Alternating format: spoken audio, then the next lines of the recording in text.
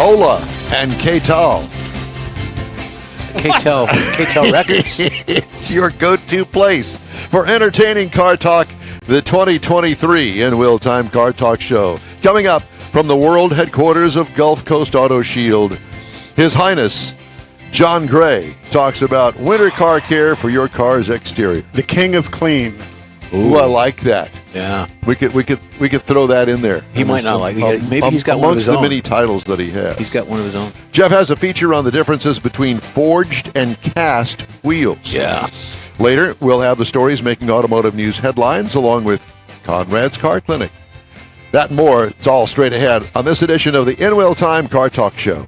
Howdy, along with Mike Out of This World Mars, sometimes known as Beetlejuice. We have You're not too far behind him with that. King Conrad DeLong, and we need more Jeff Zekin. We always obviously, need yeah. more of that. I'm Don Armstrong. Glad you could join us on this Saturday morning. It's a beautiful morning here in Houston, Texas. It is chilly. Yeah, it was. I had a little frost on the car when I woke up this morning. Yeah. So, of course, I did the same thing everybody else does.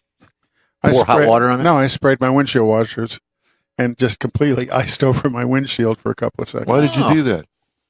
Because I was trying to get the little I was bit waiting of for you to frost say off. you were going to take out one of the thousands of credit cards that you have and scrape the ice off. No, I just figured the alcohol in the washer solvent would clean it off. Did it? So And what do it you did use, not. like tequila or rum or what? No. Just throw it in there? No, just rubbing alcohol. Don't waste no Rubbing brown water alcohol. on it. Yeah. Well, we sure are glad that you could join us on this Saturday. We've got a great show lined up for you. 3 hours of nothing but magnificence. So who we getting come in? So we're all leaving and turning we're this outta here. over We're to done. the yard man. Yeah. Anyway, some great news stories this week. Very interesting. We had Jack Nerad, our West Coast Yeah. correspondent. Jack's a cool cat. He is, and this is the week that they announced the Car of the year. North American Car and Truck of the Year, which also includes SUVs, and I'm going to have that story for you. Now, he flew up to Detroit to announce that, Yes, right? he did. He sure Boy, did. and were his arms tired. I know. Hopefully he made it back alive. Yeah. God bless him. All right, so let's He get wasn't flying Southwest, He didn't apparently. get shot down or go across the border. Yeah. Easy. So let's just go right to it, shall we? Let's get on the line on the horn. We've done such a good job of introducing John, so let's go straight to And him. there he let's- is. There he is. Ladies and gentlemen, live and in living color, coming to you from the world headquarters of Gulf Coast Auto Shield on the South Sam Houston Tollway in Southwest Houston, it's His Eminence John Gray. Good morning, boys. Good morning. What's happening over there? Well, apparently more than should happen. I guess. I guess we have all taken our elixir this morning. Oh. No, it's the sugar donuts. Is it the sugar donuts? Well, whatever the case may be, we're all high on life this I like morning, and elixir we better. thought we would just spread the joy and love right on down the street down there to the South Sam Houston Parkway, I guess you would call it, because you're not on the tollway itself. You're on the feeder, which is the Parkway. Yep. Feeder right between West Airport and Belfort. West South Airport. 59. Yeah, beautiful Southwest Houston. Well, John, I talked to John earlier this week because I had a problem. Uh-oh. Well, I've got many problems, most of them mental, but this I was gonna particular say, I one. didn't know John so had expanded what he does. Only one John could address. Yeah, and you only call him when you got problems. You don't call him and say, hi, how you doing? What's going on? No, That's right, Jeff. That's right. yeah, it's one of those deals where I had this slow leak on the right rear tire of the Corvette, and I thought, well, I really need to get that fixed. It's just a pain. You go out there, 10 days apart, and all of a sudden the thing's on the dashboard, it's low pressure and all that stuff. And I thought, well, I got a nail in it. Nope, don't have a nail in it. Took it down to discount where I bought the tires. And as it turns out, that the bead, They didn't set the bead correctly. Yeah. well, they said it correctly, but the wheels on the car are deteriorating. And I knew that when I had the new tires put on. So there's a little corrosion. There's corrosion at the bead where the tire sits, and there's also corrosion around the lug nuts. So what do we do about that? I can get them re-chromed. Nah, I don't want to jack with that. I don't have to. I mean, the chrome's not peeling off. It's just not done well. Okay. And then right there with the bead. So I thought, Well, you know somebody who does pretty good chrome work. Yeah, excellent chrome work.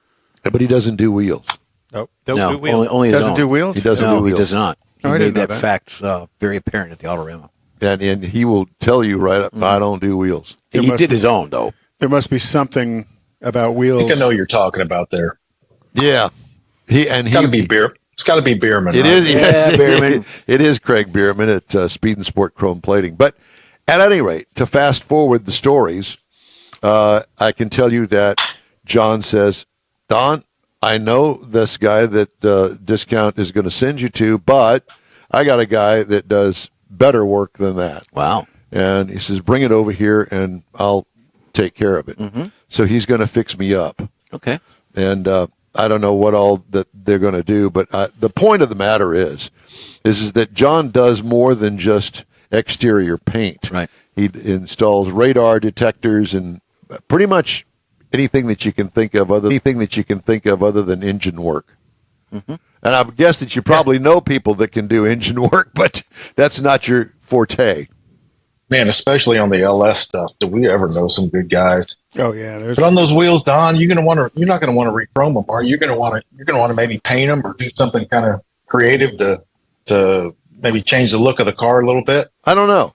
I thought about getting some of that the black chrome where you can, they're not black, but it's like see-through black paint It's a on clear on it, looks like. it. Yeah, it looks like it. So I don't know. I thought about doing that, but then I thought, I'm not ready for that yet. pink. I just want to get it so that the darn things don't leak. Do them in pink. No, I was thinking the same thing. Thank you. Then they'll match your red pumps. No, I'll have to go to pink pumps. Okay, we can't have dissimilar colors on there. Different You know, shades, I flash. actually met Bierman this week for the first time. What? No kidding. Are you serious? I've known him. I've known of him forever, and man, what a cool guy he is. And I've known of his work. He's one of the best chrome guys in the country. Premier. Yes, correct. And he came to the shop. He bought a new ZL1. Yes. A few years old, and we took some tint off his windows. It was just way too dark, and man, we hit it off really well. And I don't know if y'all have ever been to one of his parties before, but man, am I looking forward to that because I made the list. There you go. Yeah, yes, I have been to every party And he Well, I'll see you continues. there, And he baby. continues to invite Don back. for some reason. Yeah, but yes, you'll definitely have to go. To put it mildly, Craig is a character, and A very successful character. yes, at that, too. yes, most definitely. But well, I'm glad you got to meet him. So at any rate, let's get back to Gulf Coast Auto Shield and the fact that you got a guy you got to hook me up with through Gulf Coast Auto Shield to fix this leaking problem because Or he's going to fix the corrosion in the bead of the rim. yeah, and Yeah, and even if with the wheels, if you wanted to change something on them, changing up your wheels can really change up the look of the car too. And it doesn't have to be anything extreme, man. Just some people get tired of a chrome look. They want to get something maybe to match the paint, and sometimes that really renews the look of the car. Sometimes, so Makes it new again. all those things are possible and way less expensive than say buying a new set of wheels because a new set of good wheels that is going to be as good as a factory as an OEM wheel. It's going to be expensive. like a couple $1,000s at least. Absolutely. Oh, yeah. Easy. Yeah, $500 a wheel is not unusual. Yeah. At the size wheel on the Corvette. Wait, I one more developed segment. a leak on one of my carbon fiber wheels on my GT500. Oh, and Oh yes. so how do you fix that? Well, thankfully Ford is going to back it up and replace it. Otherwise, I'd be looking for a pre-owned or buying a new one's going to run around about $6,000, $7,000. And they don't make stop leak for carbon fiber wheels. no, they don't. Wow. They can possibly vacuum some material back up through there and get it to stop. But Ford backed it, and thankfully they're going to order a new one. So it's a very slow leak, but Yeah. Well, I will tell you that John is what do you call a jack of all trades when it comes to cars, and of course the specialty is exterior finishes, and he does a remarkable job, and I do mean remarkable job. You know, anybody can have a buffer in their hand, but they can really screw up a car if they It's a don't know what skill. they're doing. It's is absolutely a skill, a talent to do that. Yeah. And he's got the folks there that can do that. Yep. Yeah, You've been seen doing it him for a work. long Absolutely. time. absolutely. And we've got a couple of, we also have, whenever you buff a car, you always want to be taking some paint measurements, especially on a car that's older, maybe a car that's been repainted. And, so we do all those sort of things and make sure that the paint's not so close to the primer that you might take all the color off of it, or take the clear coat off of it. And, what's really cool is we've got this paint meter that'll tell you if and they're out there and available, that if you've got putty under your car, under the paint, it'll tell you if you've got putty. It is, they've gotten so incredibly good, and it actually sends it to your iPhone so you can make a diagram on your car. And if you're ever out looking for a used car, and a really good used car, it's always a good idea to have one of those things with you. And they're not terribly expensive. A couple $100 will get you a really, really good one. So the technology is, But something like that for a couple of $100 can save you thousands in buying a car that's been hit and nobody's disclosing it. And not only that, the peace of mind. absolutely. And I guarantee you, most of your upper end used car places that buy used cars, they're using one on your car if you ever take it in there. And if they have any questions, they're gonna give your car a good look over. What is it? Kind of But like a stud finder for paint. That's exactly what it is. Yeah, and when I go through But Home Depot, they all go off at the same time. Thank you. But some of them, old, John. You gotta some keep of them up can with us. actually read the. Some of them can actually read the substrate of the car, and so it'll actually give you information of the thickness of the clear, the thickness of the color, and the thickness of anything else that's there. it'll give you a total thickness as to what's there, and then some of the more advanced ones will actually give you information as to what the panel is made of, and as to whether or not that panel has been worked with Bondo or some other material. So Wow. it's something that that I would definitely employ if I were out searching for a used car. Technology is an amazing thing. Yes, it is. Have you And found? speaking of technology, we've got XPEL just released a new paint protection film that we're using that actually has ceramic coated embedded into the top coat of the film. And man, let me tell you, that is some pretty cool stuff. So you get all the properties of the self-cleaning and the ease of cleaning and the shine of a ceramic coated material on top of your paint protection film. Now you can add ceramic coating on top of non-ceramic coated paint protection film, certainly. However, typically it doesn't last as long on a urethane as near as long on a urethane as it would on a paint. So, having this product with a long-term warranty on it, and it is some pretty cool stuff. Huh? Have you? So you've used it on some of the high-end cars that you got there in the shop? Oh yeah, we're using it a lot. I've got most of our higher end stuff are 911s. We've got a Cullinan out there right now that has that we have applied it to, that's leaving this morning. And not only does it look great, but it like I said, it has the slickness, all of the properties of a ceramic coated that's actually built into a top coat. So and this is part of it's not just a thin layer, it is actually part of the top coat of the film. So it is a really, really cool product. Interesting. You've got any neat, new, unusual cars in there today? I don't have anything that's super crazy. We've got, like I said, we've got that Cullinan. One of my clients who is fallen in love with Mustangs, he's bought a couple of GT500s He bought a new Mach 1. That's a pretty cool car. And he's picking that up today, dropping off his 2014 GT500. We've got a couple of pretty cool cars out there. Well, I know that last time I visited you, was it a Rivian that you had in there? We got the new Rivian SUV in here today. Oh, you do? Okay. Well put together cars. I know that it's very, very nice. Yeah, I had a chance to look at the one that you had in there when I was visiting you a few weeks ago, and I will tell you that that's the first thing that I noticed.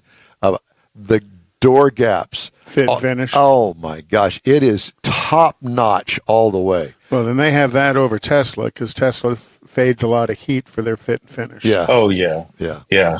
And we have a Lightning in here today. Oh yeah. And I'm very impressed. I've had a couple of them now. I'm really impressed with that truck. I was that too. Is a nice vehicle. Yeah, I had a chance to drive one for a week, and it is very nice.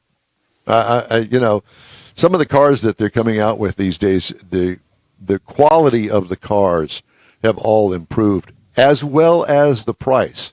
And I've got a story about that today. We're starting to bump up to $50,000 on an average price car. Average transaction Good price. gosh. $50,000, yeah, and it only goes up from there. Matter of fact, I'm currently driving a GMC Suburban, a great big one, and Well, it's an alley.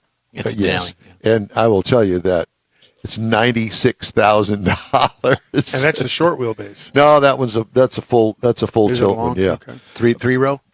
Yes, and it's a beautiful car and SUV. But I'll tell you, the price of these are just going out of sight. The other story is that the Teslas across the board on several models, they've reduced the price 20%. And GM and Ford stock took a hit on that. They lost value in their stocks when Tesla announced their price reduction. Really interesting. Well, at any rate, Don, that these prices on these cars, and that's what's driving some more and more people to protect them. well, yeah, Because it's just they've gotten so expensive. I never would have thought $100,000 for it. If you get an ultimate package Tahoe, you're looking at $100,000. yes, absolutely. Yeah. Escalades are over 100. I mean, it's incredible. Yeah. And I know that you deal with a lot of high-end cars, the high-end Porsches, and as you mentioned, some of the other stuff that you've got in the shop today. And those cars, we're bumping $200,000. Oh, easily. Yeah. It's remarkable. It's remarkable that a Turbo S now. You can scrape 300,000 on a Turbo S now, a loaded out Turbo S. Wow. Yikes. Which is just, it may be worth every penny. It's that good, but man, that's a lot of money. Yeah, no kidding. Well, and you like the high end Mustang. I call it Mustang Shelbys. Are you looking at a Centennial Shelby? Well, I bought I have the Heritage Edition GT500, and I think this is it for me. This is where I stop. This was a pretty pricey outfit with the carbon fiber and the painted stripes and the Heritage paint. And I think perhaps after this, I may get a low end 911, and that would, if possible, and that at that point, I think I'm done. I think that would be the last car for me, and I could live with that. Heck, I could live with this GT500. It's so good. You just have to build onto the house and increase the garage space. I was thinking over there. the same thing. 6 more stalls. Well, that's why I can't. That's one reason why I can't have any more than I have, just because of the fact that there's nowhere to keep them. Space limitation. I have a 2-car garage and that's it. So my truck stays outside. Gotcha. Well, John, it's always great to talk to you, and we sure appreciate you taking the time to talk to us today about this new product from XPEL. And so for everybody that's listening, watching, joining in our broadcast today, I invite you to go to GulfCoastAutoShield.com and check out what John has to offer. Gives you an inside look at his shop over there, and Nothing but first class all the way. John, it's great to talk to you, my friend. Thank you, boys. I appreciate y'all and hope y'all have a good day. You do You the too, same. sir. Thank you, sir. We'll I'll call you Monday. All right, bud. We'll see you. All right, take care. Because I need to get those wheels fixed. So Makes sense. yeah, Yeah, that's the only thing. Those high-end cars, like he's talking about the wheels, they have a different set of problems. I mean, it just, and they cost a lot more to fix. oh yeah. Well, hopefully the quality of them is really nice and good, and you don't have to fix too much. There's that. Well, yours are what now? 20 years old. No, I think that.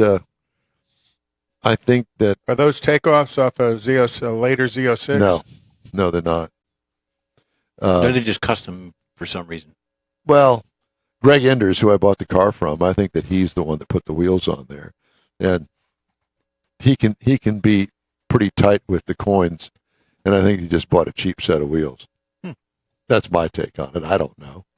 He'd kill me. I'm sure he'll be happy to hear you. Chrome wheels on a black car always look good. Info at InWheel Time. I know, and you've always said that, and I agree.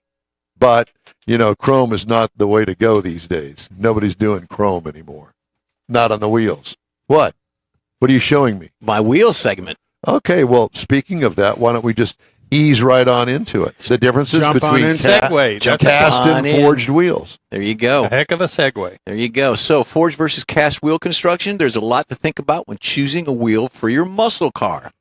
Style, of course, is crucial. There's also the diameter, the width to consider, especially if you're looking to mount a larger stock wheel combination for the vehicle, lowering your vehicle's suspension points, so on and so on. What is a forged wheel? The term refers to how metal is used to make the rim. Specifically, the forged process is from a single piece of billet metal, typically aluminum, uses heat and pressure to form it into shape. You've seen these in foundries and things where they pound the particular product into shape. Very, very similar process. The presses required to compress the block of a billet aluminum exert so much pressure that the machines are sometimes 1 and 2 stories tall with tons of pressure to do it. Very, very large. We've got cast and forged combinations on the screen there, but this is actually a forged wheel here. In general, the forged rim will be between 10 and 20 pounds lighter than a similar size cast wheel. Wow. Yeah. Hard to justify any additional cost of forged wheels outside of a racetrack, drag strip, Rocky Mountain off-road climbing and things. For the vast majority of muscle car owners, the benefits of paying more for a forged wheel is not worth it for normal driving. It's really only with the regular repeated punishment and the durability of the lower weight of the wheel is making the forged a premium for your vehicle. Now, we're getting into cast. Cast is a little bit different. It's a little bit different process as well. The best part of sticking with the cast is for the street. It leaves a lot more cash in your pocket to spend on other modifications like mechanical and suspension parts and interior things for the vehicle. Many, many upgrades for the suspension when you do that and certain tweaks of the vehicle. There is a third option that folks really don't consider or really want to know about or even think about when they do wheels. It is, if you're a nerd, the middle ground is a cast forged wheel. It's called the Flowform Flow Forged. It starts with a cast wheel and is purposely designed narrow on the inside of the rim so that when they stick the wheel on a machine, it spins at a high rate of speed while pressing the steel roller against the rim area. And of course, this stretches the metal, presses in there, and you get the Flowform wheels. There you go.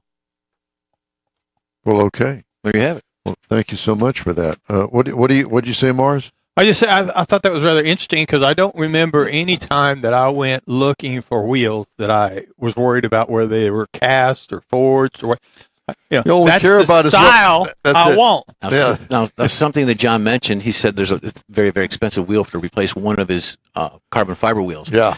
You can get, and Conrad mentioned it earlier, about $500 a rim for a cast.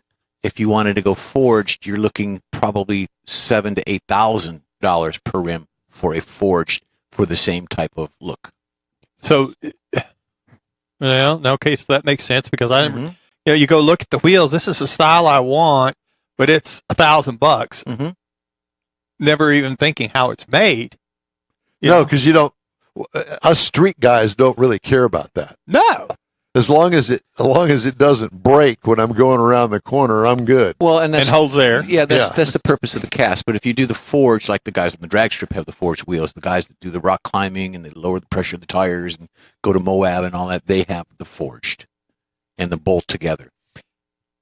I can see that, but to me, that's like buying a set of wheels to put some Mickey Thompson slicks on. Right. They're 14 inches wide, so I need a 10 or 11 inch wheel. To me, that's a specialty type wheel. And, we all had the Kragers and the ETs and all that good stuff, the wires back in the day. So that's how it developed. That's how it morphed into all of these specialty products, specialty alloys and things. Okay. Well, thank you, sir. I appreciate that. Want to remind you that the In-Wheel Time Car Talk Show is available 24 hours a day, 7 days a week through the iHeartRadio app. Just look for In-Wheel Time Car Talk. We also video stream on Facebook, YouTube, and InWheelTime.com. Podcasts, they're available at your fingertips on over a dozen of the most popular podcast outlets out there. Mm-hmm. Now it's time for a break. The In-Wheel Time Car Talk Show continues right after these fine messages. Some things just belong together. Chips and queso, beer and barbecue, and the Auto Show and Boat Show. January 25th to 29th at NRG Center. One ticket, 2 great shows. Climb Jeep Mountain, board your dream boat, get the kids hooked on fishing at the trout pond, and join Evolve on an EV test drive, including the Ford Lightning. See all the latest models at the Houston Automotive Show, January 25th to 29th. Buy early and save at automotiveshow.com. Your friends and hosts of the quarterly Tailpipes and Tacos Cruise In at the Lupi Tortilla in Katy want to thank you for your participation in last year's events and look forward to more in 2023. You'll hear about them all right here and online soon. Next time you're in the West Houston Energy Corridor area, be sure to stop in at the original Lupi Tortilla Tex-Mex near I-10 and Highway 6 or at the Katy location on the Grand Parkway at Kingsland Boulevard. In Beaumont or College Station, you'll want to stop in and have Lupi's award-winning beef fajitas and frozen margaritas. There's always a celebration at Lupi Tortilla. Lupi founder Stan Holt and his wife Sheila are car people through and through. Both are winning racers on the NHRA drag racing circuit and have a collection of hot rods and classics that everyone appreciates. You'll see them at the next Tailpipes and Tacos Cruise In the spring at the Lupi Tortilla Tex-Mex on 99, the Grand Parkway, and Kingsland Boulevard, just south of I-10 and Katy. We'll give you all the details soon right here on the In-Wheel Time Car Talk Show and online. The award-winning In-Wheel Time Car Talk Show is available on the most popular podcast channels out there in 30-minute episodes. We realize our 3-hour live show can be difficult to catch in its entirety, so now you can listen every day to a convenient, fresh 30-minute episode. Check us out on Apple Podcasts, Spotify, Google Podcasts, Amazon Music, and Audible, along with a dozen more. In-Wheel Time has the most informative automotive guest interviews and new car reviews, along with popular features including Conrad's Car Clinic and This Week in Auto History, along with automotive news headlines. Our live broadcast airs every Saturday, 8 to 11 Central on InWheelTime.com, the iHeart app, and on YouTube. Be sure to say hello when we're broadcasting from the Tailpipes and Tacos Cruise In, Autorama, and the Houston Auto Show, among others. Now, it's easier than ever to hear about all things automotive all week long. You're invited to join fellow car enthusiasts in becoming part of the ever-growing In-Wheel Time Car Talk family. Don't forget those 30-minute podcast episodes on your favorite podcast channel.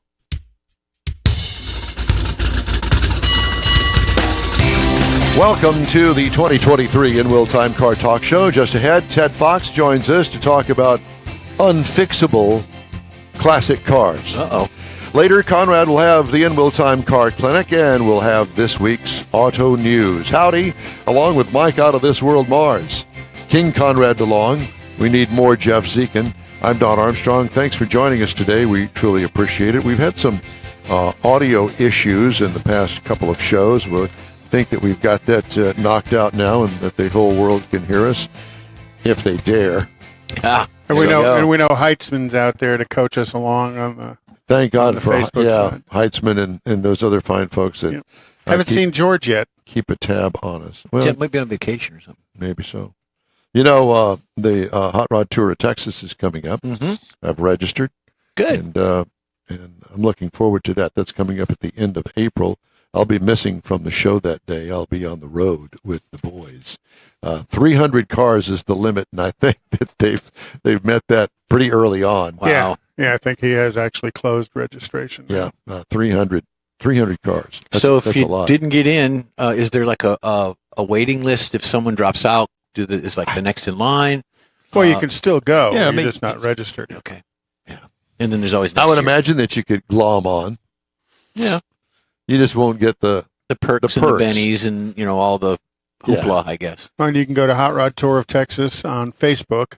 Yeah. And they'll put the schedule up for that. And you can follow along. And, because I know last year you had people kind of popped in along the way Yeah. and rode to the next town and then Yeah. went home. As a matter of fact, this morning he posted on there that apparently the San Antonio Corvette Club Wow. is going to be joining us, at least members of them. So I'll have some I- Corvette buddies. I had questions asked Gosh, to me there'll this be more week than that, one of you.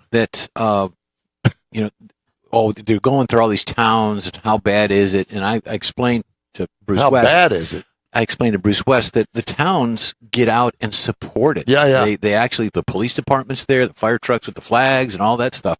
So it's a big production. It's a big support of the tour. Yeah. And I think that's great. Yeah, it's basically a 300 car parade across 3 to 4 days. Yeah. Yes. I mean, Multiple counties. It's so hundreds much, of miles. It's so much fun. It really is. And you bring Everybody loves a revenue parade. into the town, Yeah, because people are absolutely. going to stop and buy stuff while they're there. Or the the Quickie one, Mart. Yeah. or the one person that basically had to pee, for lack of a better term, and we were out in the middle of nowhere, and there just happens to be a crossroads, right? Mhm. And there's one little mom and pop little stop there where you can get soda pops and Cheetos, right? Everybody stopped with her because we didn't know that we thought, well, we're going to get out and have a little bathroom break and all that. And we inundated It's the this Cheeto stop. this little bitty convenience store out there in the middle Made of their day. nowhere. Yeah. And one lady was running it. She said, oh my gosh, I just don't know what to do. I said, let us help you. Well, can I help you? And she says, Don well, wanted to run the register. yeah, it's fun. And those are the kind of things that crop up Yeah. on the tour. Made her day, probably made her revenue for the month. Yeah, Yeah. no doubt. In Yeah. one little One 2 little hour stop. period. Plus all the cool cars pulling in. That's right. And they were everywhere, as you can imagine, because there was no, you can't, how do you park 200 cars? exactly. Yeah. Yeah. it's Carefully. tough. So now we are going to venture off and go up to Lancaster, Texas, and talk to Ted Fox. Ted, good morning to you. Thanks for joining us. Good morning, gents. Thanks for having me. Are you in Lancaster? Yes, sir. Well, the press release is Dateline, Lancaster, Texas. Where's Lancaster? Up by Dallas? Yes, sir. Lancaster is 15 miles or so, 20 miles just south of downtown Dallas. Oh, okay. Yeah. So, I wanted to tell everybody about a place called Scooter's Garage. And this is a place that you put together several years ago, and apparently quite successful. What caught our attention was the unfixable classic cars. So maybe you could explain the unfixable classic car. So I get a lot of cars that come in, like one, for instance, we nicknamed it Project Lead Sled. It's a 1960 Chevrolet Impala. Yeah. Veteran owner, Vietnam vet. He came in, kind of upset. He bought the car brand new in Dallas at Johnson Chevrolet in 1960. Nice. Had the car ever since. Yeah. And then, of course, over the years, life, everything gets in the way. Sure. And the car kind of sat. And people are going, it's junk it. You can't fix it. He took it to a couple of shops around Dallas, and they told him it's junk, or they told him it's going to cost, just hundreds of thousands of dollars to fix it. He brought it down to us, and we did kind of a frame-on restoration, some updates, some mods and everything. And the price was a lot less than what he was quoted, and it was definitely fixable. It just depends on how much effort and time you want to put into it. We had another one similar. Guy hauled a 1963 Impala up out of East Texas, out of Terrell, literally out of a field, buried up to the axles in mud. Yep. They said it was unfixable. The whole bottom floor, everything was gone. We put a brand new floor in it. Customers happy. It's, I guess for me, it's more of a passion because I like seeing the look on people's faces. Another project we did, Project Resurrection, that one, they said was fixable, not fixable. It had issues. That one, I think, was in the article. We had some unexploded pyrotechnics in it. So that one was interesting. Nice. Like some cherry bombs and some firecrackers and bottle rockets, that sort of thing? No. No, this was an actual box. So the owner of the car brought it to us, needed a motor, some other stuff. So as we're going through the car, we noticed the transmission's bad. And so we call the owner, hey, so owner okays it. We're starting to take the thing apart to fix it and everything. And we find this box literally lodged up in the frame rail. And it's got wires and everything coming out of it. And my God. We're going, well, you can't get the drive shaft and the cross member out. We can't get the well, take the thing out. And at the time, I had a young apprentice that was working for me. And he goes, hey, Chief, I don't think you should touch that. I don't think you should. I'm like, oh, kid, come on, But he was so adamant about it. He goes, no, I've studied this in my class. And I was like, what class? And apparently he was going to some movie making, something like that. And it was enough. He was so adamant, he made me think twice. And I said, okay, well, do you got anybody you can call? Are you sure about this? He says, yeah, I'll call my instructor. So he calls his instructor. His instructor comes down, and he goes, yeah, I don't touch that. That's an unexploded pyrotechnic device. And I said, what do you mean? And he goes, generally, movie crews, they use that to do, like, fake explosions or to actually blow a car up. Oh, my God. I'm thinking bottle rockets, and you're thinking a bomb. A couple of M80s from the 40s or whatever. Wow. Yeah, so that was one of the most interesting ones. We've got one. Well, wait a minute. You got to finish. Exactly. Let's finish the story here. What happened? I mean, did you get the thing removed? Well, so under the watchful eye of the instructor, he was like, take this wire. It was like diffusing a bomb, literally. Wow. He's like, take this off. He goes, you got the battery disconnected, right? Yeah. And as the color drains completely out of me, yeah, and I'm sure my hands were shaking. And he goes, I'll get under the car and do it if you want me to. And I was like, no, my insurance agent might not like that, right. So, but we got it out, and he took it, and once it was disarmed, I guess, he took it and he opened it up, and the thing was just full, and I'm just sitting there like, oh boy. Did you save it? Did you keep it? Yeah. I've got the box. We emptied the powder out, so there's no chance of it going off or anything. Yeah. Oh, how weird. So anyway, continue your story. You were going to say something, interrupted you there. Sorry. So I have two others in the shop right now. Like I said, for me, it's the passion. I like seeing the look on people's faces, like with the Chevelle, when the owner came to pick it up when it was finished, and we put a pretty mean 357 small block in it, 440 horse, and it's got that rumpity-rump drive-through sound to it. Yep. And when it fired up, the look on his face was just, to me, that's priceless. I'll remember that forever. Mm-hmm. And I've got two more in the shop. We call one Mission Apollo. It's an Ohio car, lots of rust. And the young lady that owns it, I'm trying to encourage her to get into cars, stay into cars. Same thing. People are telling her, oh, it's junk. It's gone. You can't fix it. You can't fix it. And here we've cut some of the rust out, replaced some of the metal, and she's just ecstatic because she's like, this is proving everybody wrong. And I said, yeah. I said, but, you got to promise me you're not going to give up. And so she's ecstatic that, oh my goodness, somebody's actually fixing the car. And probably one that's most near and dear to me, we call that one Woody. That's a 1976 Triumph Spitfire.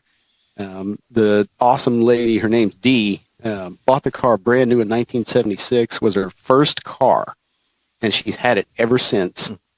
And she's just heartbroken that I guess the drainage hole, something happened and it clogged up, it sat with water, rusted the floor out, and people are telling her that it can't be fixed, it can't do this.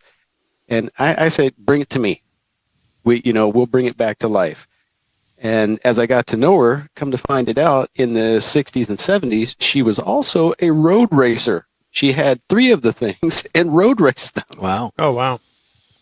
So depending on the year, make, and model, a lot of this floor pan sheet metal is available to purchase.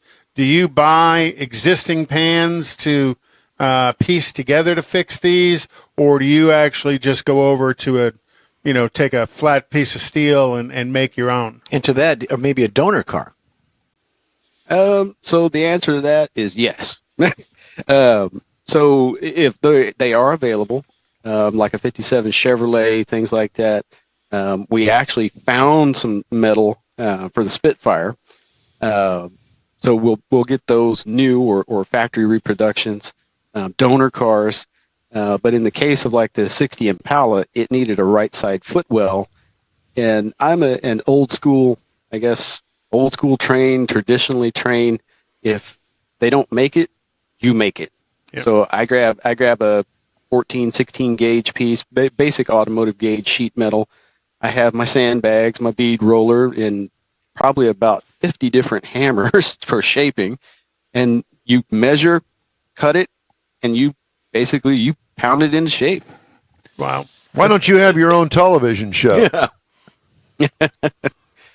That's been proposed a couple of times, and hey, who knows? In the future, it may work. But right now, I have too much fun doing what I'm doing, and on the side, we got our little racing team, so we have a lot of fun racing with the Texas Muscle Car Club Challenge, the Dallas area Pontiacs. So just like I said, for me, it's passion. I have a lot of fun doing it. Yeah, no doubt. And you've been doing it for a while. It's still called Scooter's Garage? Yes, sir. I started that 2013. It's actually, the wife's happy that I moved it out, but I started it out as a hobby, racetrack, local friends. Next thing you know, buddies coming over to the house. Hey, man, can you fix my car? Hey, can you do this? And then when it got a little too crowded, the driveway's full, the garage is full, the wife says, you got to do something about this. Yeah. So you moved it out and got your own space away from the house, I assume. Yes, sir. Yeah. And is it also in Lancaster? Yep. Nice. Absolutely. Okay.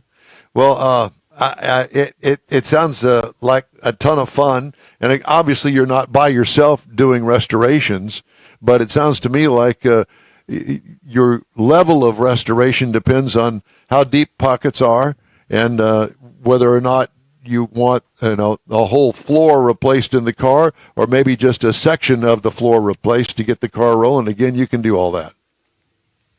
Yeah. Excuse me. I am by myself at the moment. We had gotten to a point pre-pandemic. I had hired on a couple of guys, and we were really building up a head of steam. And then the pandemic hit. Business literally kind of went to a crawl. It just literally almost stopped. Yeah. So I fought through that to try to keep the doors open. Unfortunately, I couldn't keep the guys I had hired. And to keep the doors open, I put some Marine Corps training to the test. I improvised, overcome, and adapted. I went and I got a medical grade steamer and got approval through the city to do steam cleaning. And so for 4 months, that's what helped me keep the doors open as I was steam cleaning people's automobiles. Then Snowmageddon, of course, that I had a water pipe break in the shop. Ouch. And somehow it affected a big shelf, and by the graces of the man upstairs, this shelf fell in the shop because the water pipe had froze and it collapsed. But it literally, instead of falling over, it just collapsed straight down. And so I was thanking my lucky stars over that. So been cleaning up on that, and it's been just myself for probably the better part of 14 months. But proud to say we scratched and clawed through it, kept the doors open, almost back to the point of where I can hire some folks, and that's my goal this year, is to hopefully, if the two awesome folks I had, if they're still available, if they're listening, hopefully I can hire them back this year. And that'd be awesome. Mm-hmm. I like the steam cleaning thing, though. Yeah. That's quite the story. So I assume steam cleaning the interior of cars? Yes, sir. Medical grade steamer. I forget the exact specs on it. but I actually had to have a hospital sign off on it and showed them the paperwork, and just went stem to stern inside the car, steam cleaning the interior. And once that caught on, because of course during the height of the pandemic, there was a pretty big scare going on, and rightfully so. But then people was like, hey, wait a minute, that grease spot I had on my door panel, it's gone, and so I've actually kept that, because the initial thought is, once the pandemic died down, is, do I keep it? Do I not? But I still have probably 4 to 5 people come to me a month wanting their interior steam cleaned, or they want their engine steam cleaned. So good little service to keep on. Yeah, no doubt. Because once word gets out that you've got something like that, I'll sign up for that. You build on that, another offshoot, and another something to dovetail into that, Yeah, so it keeps going. Exactly. So I understand that you've got a Facebook page, Scooters Garage 455. Is that it? Yes, sir. One of the interesting things people will find there is we document every build. If you go to the photos, go to the albums, you can see all the cars that we've been talking about. There's hundreds of pictures in each album that kind of documents all the stuff along the way of what happened, what everything went through. One of the most recent ones, we've got a R&D project that we fired up for Pontiac engines. We're making an intake manifold that does not exist. So we brought in our lead designer, Jeremiah Heidner, that really introduced me to a new world. Because like I said, I guess I'm old school trained. So if you make something, you made a clay model, a wood model, you fashion it out, Sure. And here comes Jeremiah with a 3D scanner, and he goes, well, let me see it. And he scans it, and next thing you know, I've got a prototype in just this short amount of time. I'm going, whoa, I can cut and make this. I don't have to make the whole thing by hand. And so now we've got we call it the Tiger Cub series, and we've got a brand new intake manifold for short deck Pontiacs in the works. It'll be out hopefully summer of this year. Good for you. Yeah, exactly. And I guess that we'll learn about that on the Facebook page. Yeah, I'm looking at a picture of it, if that's what you have on the Facebook page. Kind of looks like an old school high-rise Torquer, Toqurer manifold, with kind of more of the straight runners, but definitely elevated over what a regular manifold looks like. So you put a regular, it's definitely a high RPM manifold. conventional carburetor on it. Yep.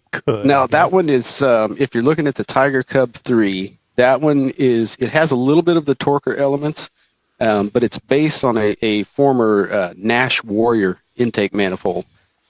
Intake manifold designed back in the 60s and 70s by Doug Nash, later marketed and produced by Warrior Racing up through the 1970s to about 88, 92, I think, when they unfortunately went out of business.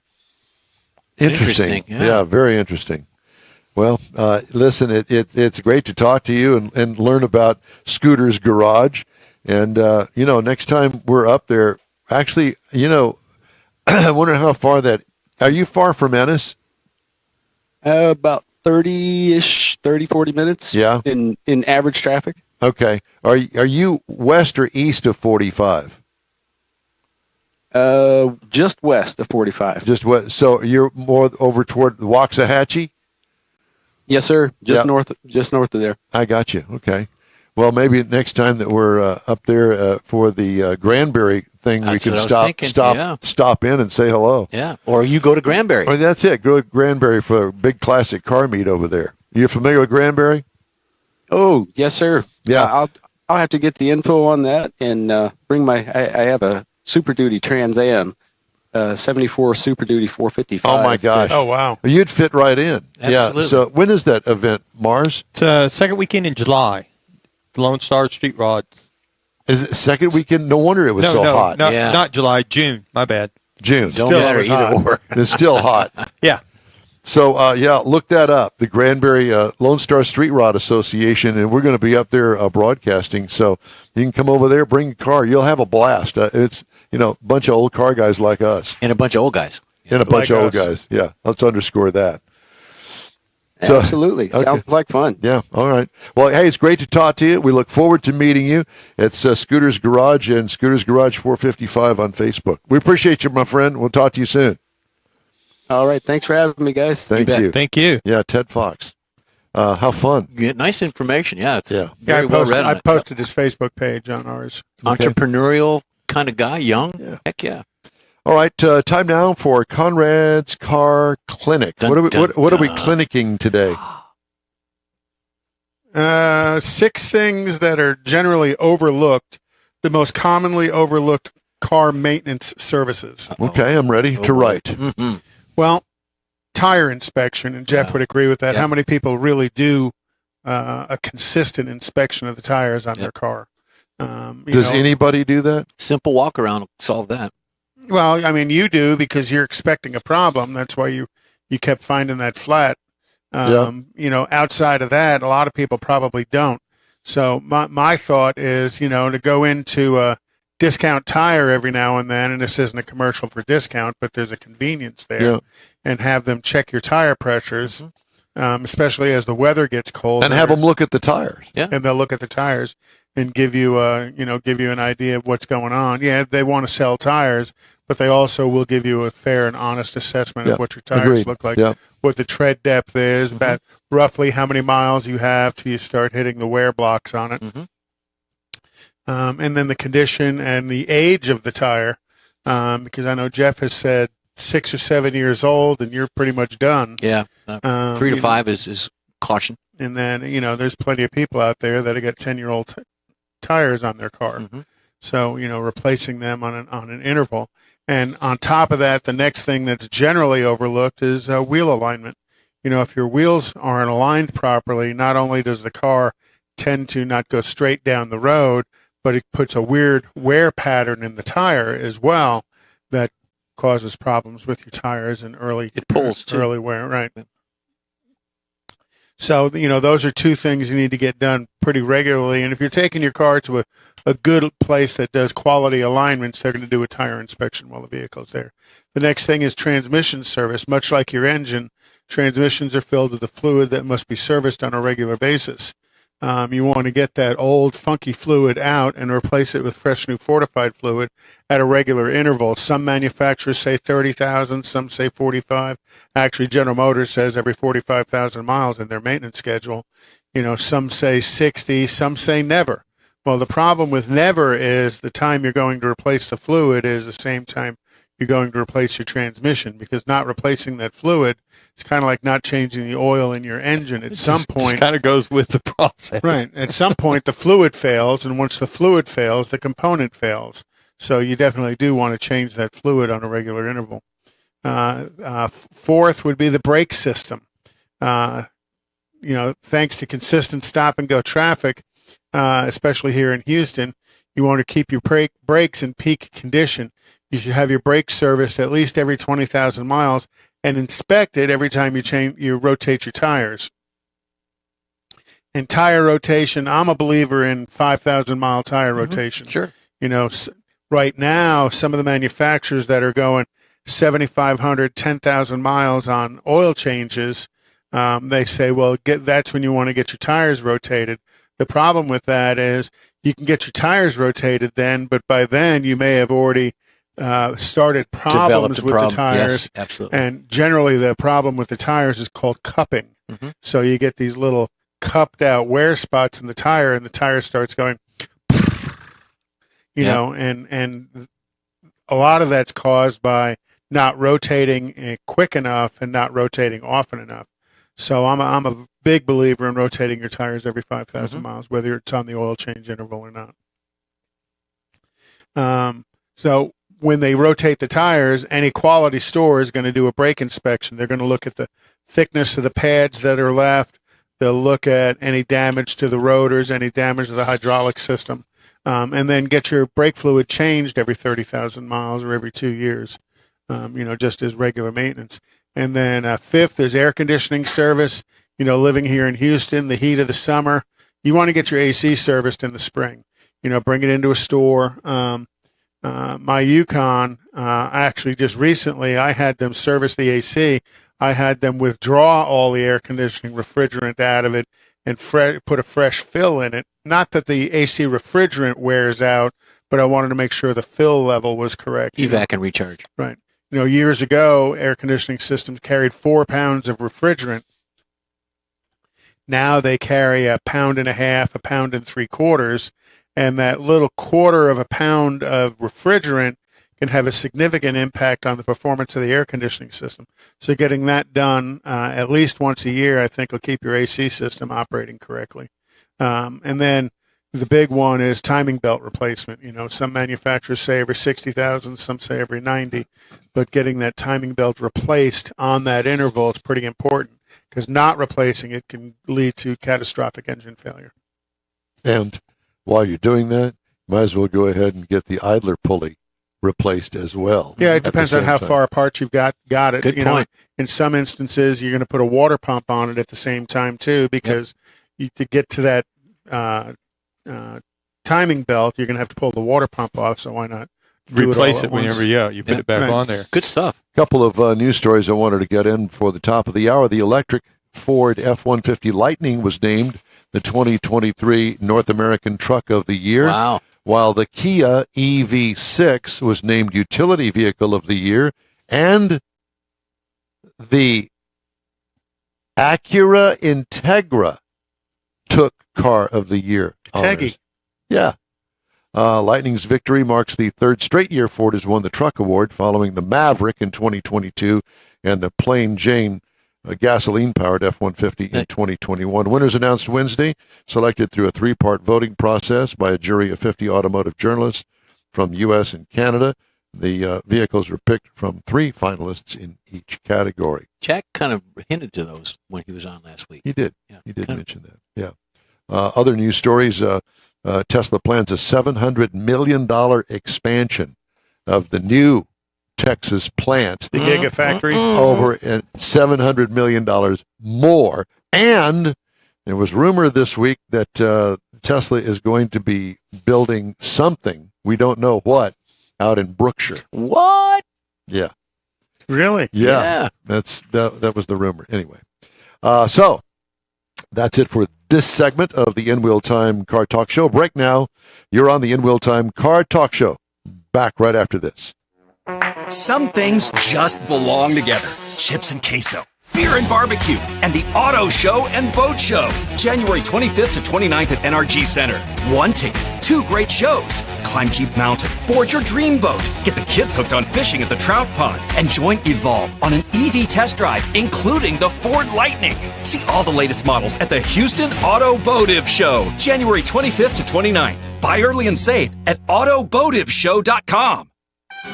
Your friends and hosts of the quarterly Tailpipes and Tacos Cruise In at the Lupi Tortilla in Katy want to thank you for your participation in last year's events and look forward to more in 2023. You'll hear about them all right here and online soon.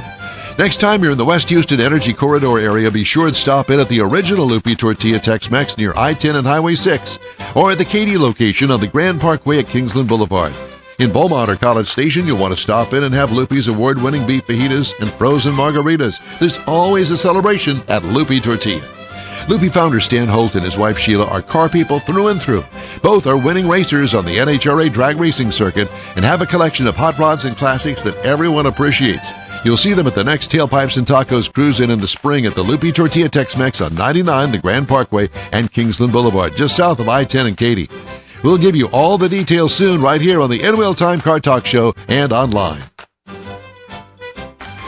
The award-winning In Wheel Time Car Talk Show is available on the most popular podcast channels out there in 30-minute episodes. We realize our 3-hour live show can be difficult to catch in its entirety, so now you can listen every day to a convenient, fresh 30-minute episode. Check us out on Apple Podcasts, Spotify, Google Podcasts, Amazon Music, and Audible, along with a dozen more. In Wheel Time has the most informative automotive guest interviews and new car reviews, along with popular features including Conrad's Car Clinic and This Week in Auto History, along with automotive news headlines. Our live broadcast airs every Saturday, 8 to 11 Central on InWheelTime.com, the iHeart app, and on YouTube. Be sure to say hello when we're broadcasting from the Tailpipes and Tacos Cruise In, Autorama, and the Houston Auto Show, among others. Now, it's easier than ever to hear about all things automotive all week long. You're invited to join fellow car enthusiasts in becoming part of the ever-growing In Wheel Time Car Talk family. Don't forget those 30-minute podcast episodes on your favorite podcast channel. It's the In Wheel Time Car Talk Show. Coming up, Mr. Mars reviews the Chevy Silverado Trail Boss. Is that one word or two, Trail Boss? Yes. Yes. Later, from the Houston Automotive Show, Rochelle Salinas going to give us an update of what's coming up for the show in less than 2 weeks now. Plus, we'll have the events calendar and the stories making automotive news headlines this week. Howdy, along with Mike Out of This World Mars, King Conrad DeLong. We need more Jeff Zekin. I'm Don Armstrong. Thanks so much for joining us. You know, it looks like our picture looks a little pink, probably because of that light. We did a little lighting adjustment this morning because we can't leave anything alone. We really cannot. What's up with that? Why is that? We're going to change that light out. That's going to be part of our after show project. Well, we just need to take the pink out of it. We're going to put the new one on it. Oh, we are? Yeah. I thought you could adjust the light level. You can adjust all make it sorts whiter. of yeah, well, whatever. Yeah, you can, but we've got a new one, so why not use it? Yeah, and let's just mess with it. Absolutely. Just because we can. We can do it now. We have more wires. No, let's not. Just leave your hands off of it. You do need Okay. to move the camera, So, though. Chris, and I hope, Chris, are you there, Chris?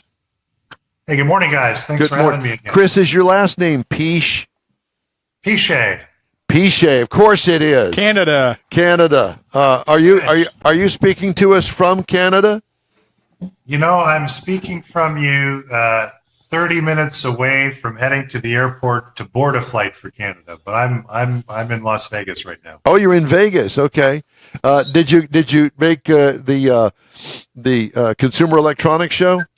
Yes, exactly. That's what I was here for. Gotcha. Well, I kind of figured hung out. All the money that you made, you're going to spend it all on gambling and carousing out there in Las Vegas. Don't tell my wife. Yeah. So, Chris, you're a computer scientist, technology entrepreneur, born and raised in Canada. Oh yeah, and an expert in distributed networking. Not exactly sure what that is. How about scalable video? I don't know what that is. Or computer vision technologies. Okay, you're going to have to help me here. So, what do you really do, Chris? All right. So what I really do is I build software systems that enable the real-time processing of huge amounts of video data across any kind of network, including the internet or a mobile network, and then applying computer vision. So applying algorithms that seek to understand what's happening in all of this video that's being distributed around our software system. Interesting. So, in other words, you'd classify yourself as a giant nerd, like my astrophysicist daughter. Well, I would say nerd/car guy. Perfect. Okay, so and that's what I was trying to get to, is the fact that you're also involved in artificial intelligence when it comes to cars and self-driving and that sort of stuff, and that's what we wanted to kind of dig into in this interview. So, you know, Tesla has really caught a lot of grief since they've started their quote-unquote self-driving car and technology, and there's all sorts of rumors about, it doesn't work. You can climb in another seat from the driver's seat and let the car drive itself, and that's ended in death for a couple of people. Where does all of that stand, and what are your feelings on all of it? Well, so, as with a lot of things that, that you read in the news, the truth is somewhere in between. Right. I've actually been using the Tesla FSD software for several months now, and I would basically tell you from my personal experience, it works exceptionally well on highways, two-way roads, even four-way roads, simple navigation, left and right turns with either little or maybe up to moderate amounts of traffic. Where it really struggles is in anything more complicated. So think about heavy traffic. Think about 6 or 8 lane roads. And anything more complicated than a left or right turn. And that's that's why I guess some would say that the FSD or full self-driving is a bit of a misnomer. It's really a very advanced driver assistant. It's not intended to replace the driver. And if anybody out there is thinking of climbing into the passenger seat and watching a Netflix, don't do it. That's not going to end well. Well, it's funny, but you should say that because I've actually fortunate enough to get some cars that have that technology.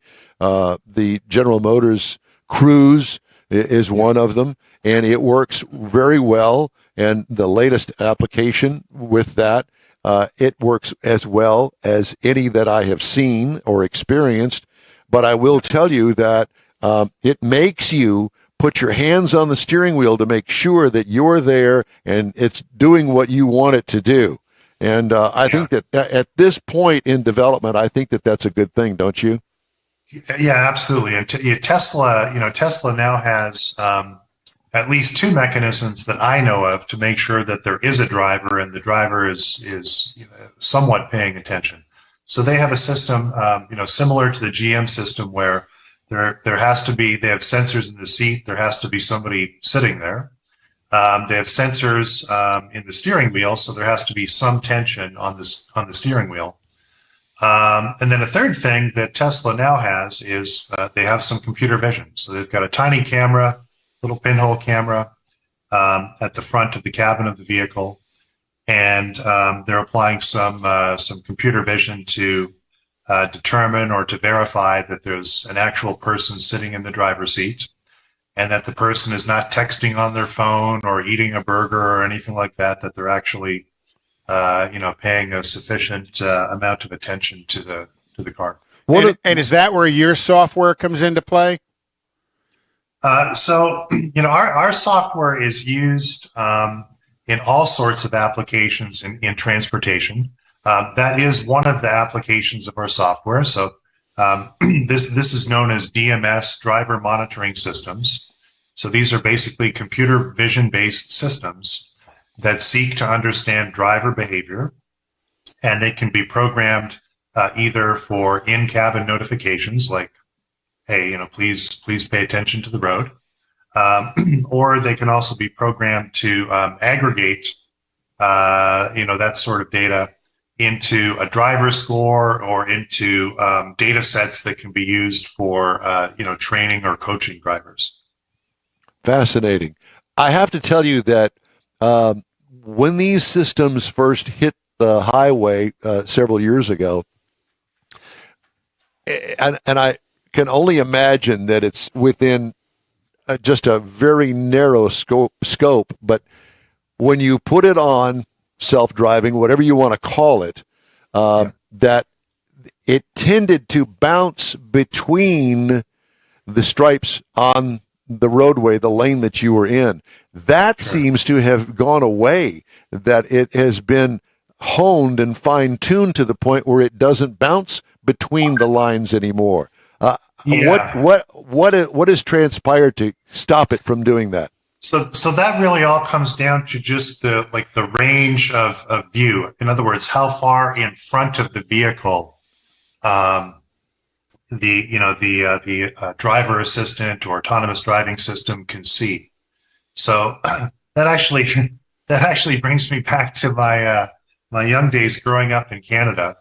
In Canada back then, we didn't have driving schools and this sort of thing. My father took me in our, whatever it was, a Chevy Nova, tossed me in the driver's seat, and I think we started in a parking lot early in the morning so I wouldn't hit anybody. And it took about 20 minutes to teach me how to drive. Right. And so probably 10 minutes into this, 20 minutes of learning how to drive, I was probably doing a lot like, what you just described. I was kind of bouncing, back and forth in the lane. And my father told me, don't look, at the immediate front of the car, look a little bit down the road and, we'll see if we can smooth out your driving a little bit. And that worked.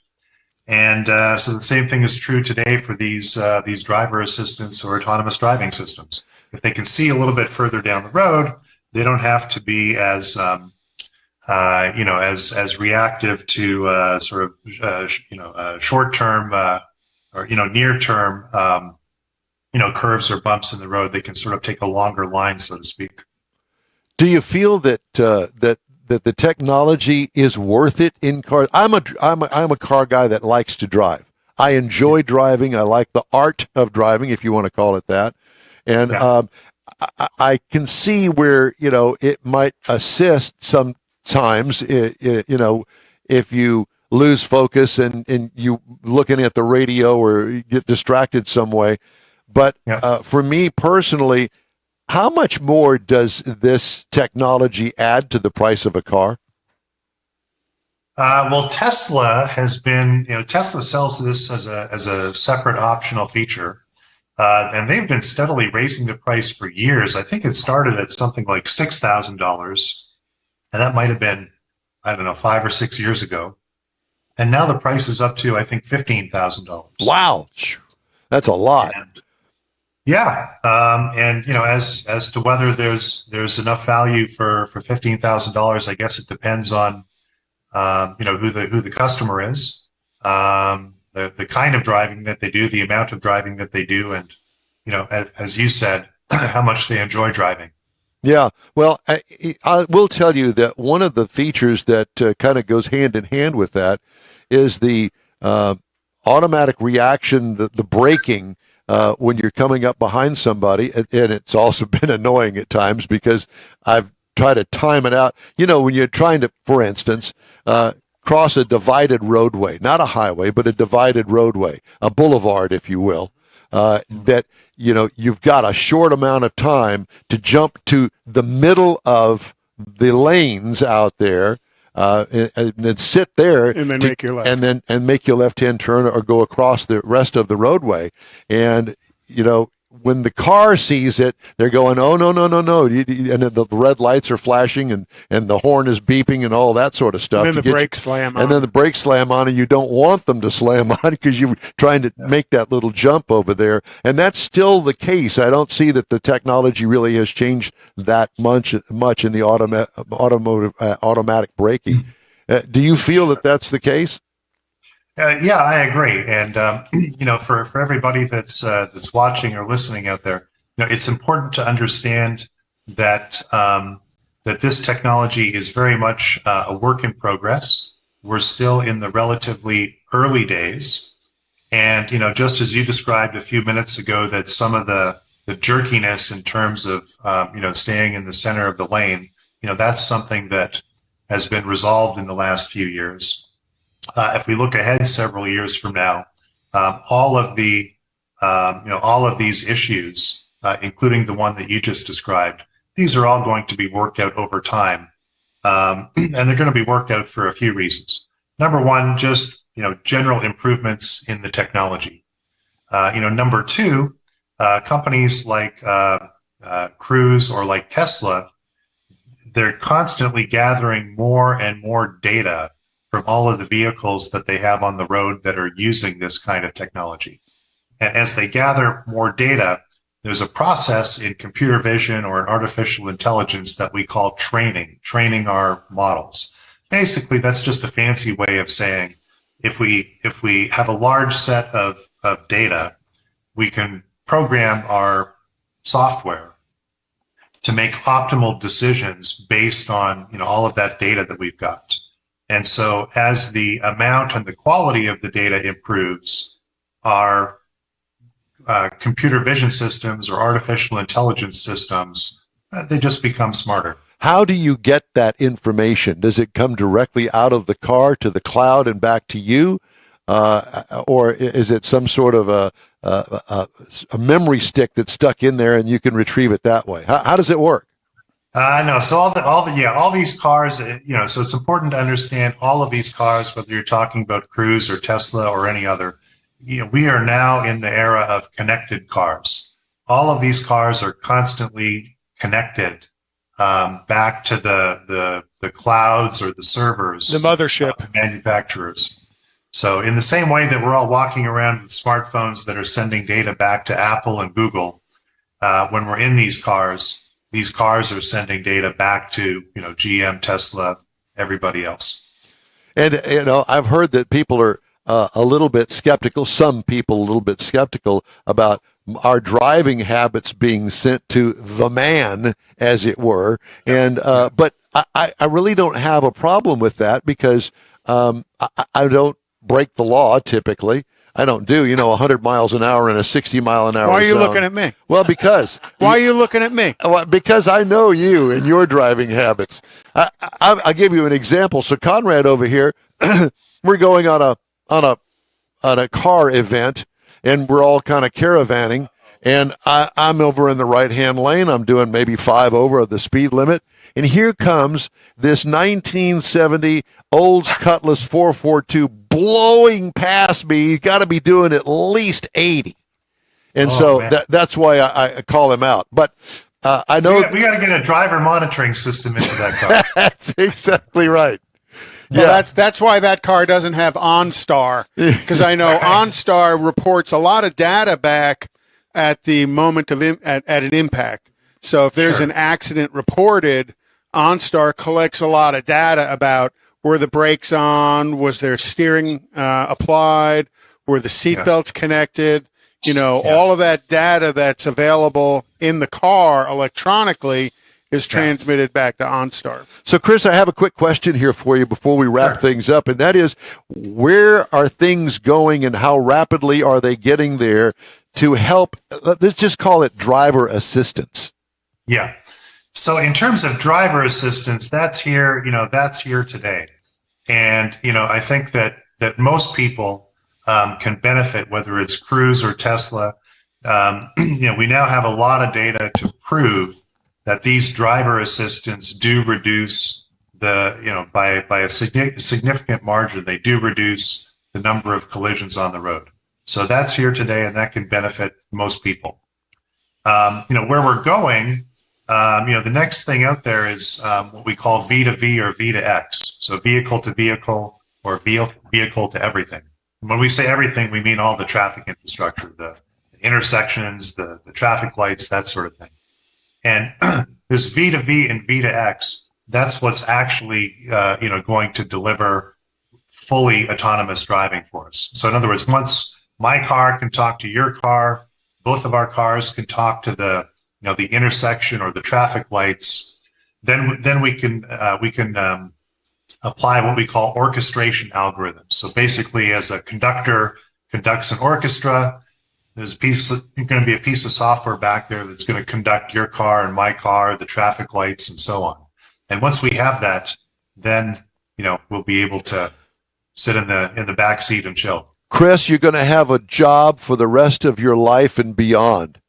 Tell me about it. We're busy these days. Yeah, there's no doubt about it. And then in New York, it'll teach the car to honk at the other guy and V2V, give him the finger.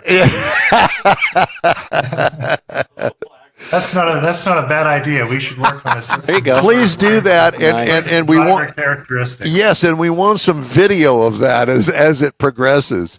Chris, it's a real pleasure to talk to you. We'd love to stay in touch with you and every now and then check in with you. So let's get that connection going, shall we?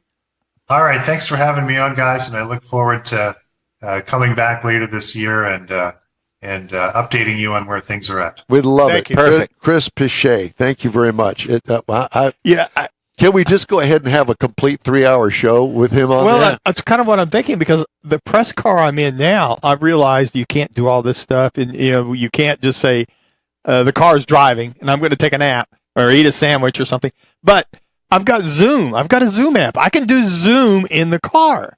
Now I'm thinking, why would you put Zoom in the car if you don't think I'm going to use it? Why would I? So let the car drive and I'll go Zoom. Oh my God. Well, I'm just kind of thinking. It's kind of like the guy driving the motorhome that says, "I'm going to go back to the kitchen and get a sandwich, so I'm going to put it on auto drive and set the cruise and let it go." I thought about that. I really did. I realize you can't, but it just seems. Why would you put Zoom in there to begin with, or an app like that, and especially give it to you for your passenger? Well, that's beside the point. Especially for the on-ramp acceleration tests. So that way I can keep up with everything. Mm-hmm. That's scary. There you go. Time now for the events calendar. Conrad, what kind of events do we have? Well, we have the Automotive show coming up. Yes. The Automotive show is coming up. There's always all kinds of stuff happening. Today, up in the Woodlands right now. Is this the cruise-in calendar or the events calendar? No, you want the events, so you want future stuff. Okay, so events is the 28th of Living in the January is the Houston Automotive Show Yep. down at George Art. Not George Art. Energy. Down at NRG Energy Center. down around the Astrodome and Reliance Center. Yes. No. NRG. Energy. Yeah. Reliance Stadium. No. The good news is they're good for the next couple of years because the Texans ain't making the playoffs. Ever. It's in Houston. Lovey Smith. What?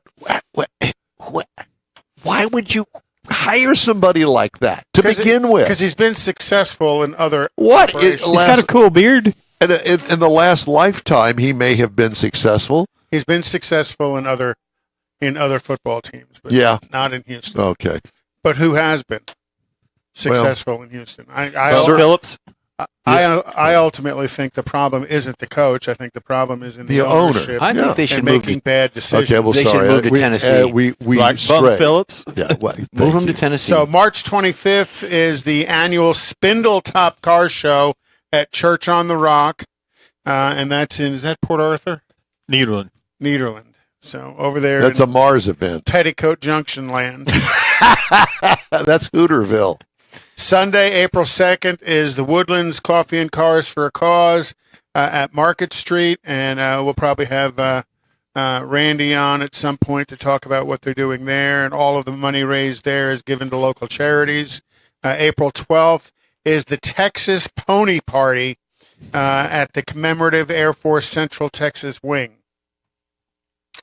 And April 14th is the Lone Star 40th Convention, Lone Star 40. It's been a great ride. It'll be hosted by the Central Texas Classic Chevrolet Club at the Embassy Suites in San Marcos, Texas. June 24th is the Lone Star Drift Round 3 at the Houston Police Academy. And then September 29th is the Good Guys 30th Summit Racing League Lone Star Nationals at Texas Motor Speedway. Hooterville is Green Acres. Is that it? But you know, Petticoat Junction was too. yeah, they're all kind of connected. Well, I'm thinking, the Gabor sisters, Hooterville. Well, it would be Eva and not Jaja. Eva, yeah, and it was Magna. She had his older sisters, 3 sisters. Really? Yeah. The oldest, and then Meanie, Jaja, Miny, and Mo. Manny, Mo, and Jack. Whatever. Yeah, whatever. All right, time now for this hour's car review. Had a chance to drive the 2023 Chevrolet 1500, the half-ton pickup truck. Is this yours or his? Mine. Available trim levels. He's got the wrong one. Trim levels are out the wazoo. Yeah, I know that you've had one too. We had them actually both at the same time. Yes. So you've had them both out the wazoo. We've had them both out the wazoo, but trim levels are out the wazoo.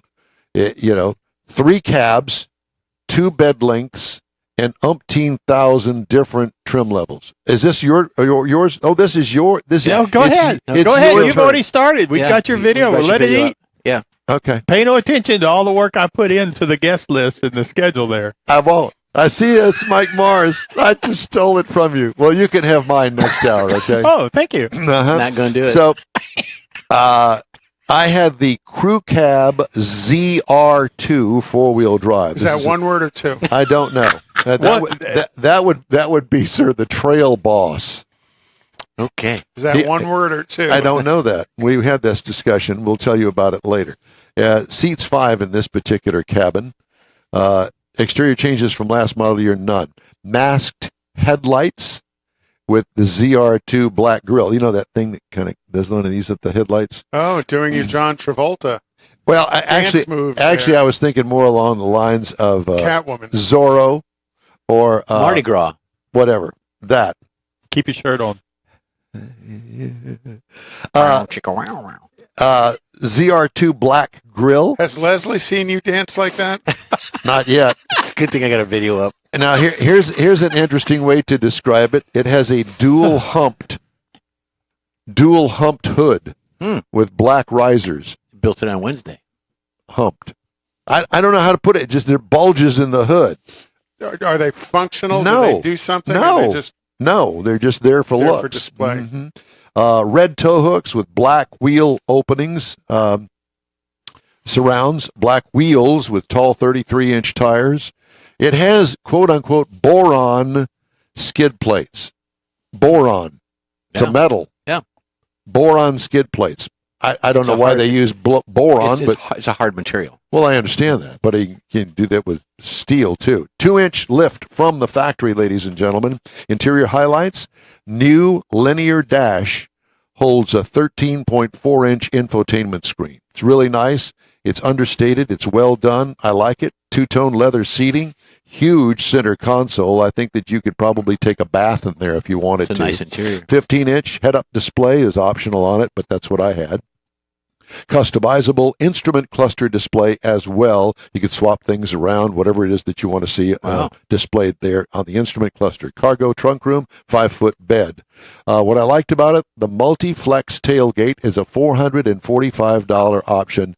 Get it. Worth every penny. Absolutely. Oh, yeah. I can't believe it's only $445 extra, because it's, to me, that should be a $4,000 option, but Don't give them any ideas. I know. Yeah. What could use improvement? Include someone else's kitchen sink, because this truck already has one. Oh, The kitchen sink. yeah. It's got everything. 6.2 liter V8 on the ZR2 Bison. The 420 horsepower and 460 pound-feet of torque get it down the road pretty good. 10-speed automatic transmission. It'll tow it tows 8,900 pounds. How's that? That's pretty good. Haul rating 1,440. I wonder if you can combine those. Fill up the bed and tow something with it at the same time. Sure. You Okay. can probably tow 2 donkeys, and then it'll haul donkey. Donkeys. Donkeys. 14 miles per gallon in the city, 17 on the highway for a combined of 15. I got 16.3 over 188 miles. With that 6.2, that's very good. Plenty of smooth V8 power from this half-ton truck. Better fuel economy would be something that they could probably work on, but I think that's coming. What I like, rides like an off-roader. What could use improvement? It needs an air suspension option on it. Base trim price, $43,095 for the work truck.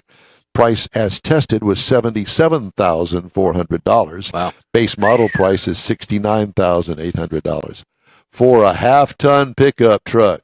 Wow. Compared to other vehicles, let's see, the Ford F-150 goes for $43,325. These are base Plus model options. prices. Well, these are all base models, okay? Ram 1500 about $38,000. Tundra $40,810. And that is the review of the 2023 Chevy 1500 with the out the wazoo ZR2 crew cab. It's bad to the bone. Nice.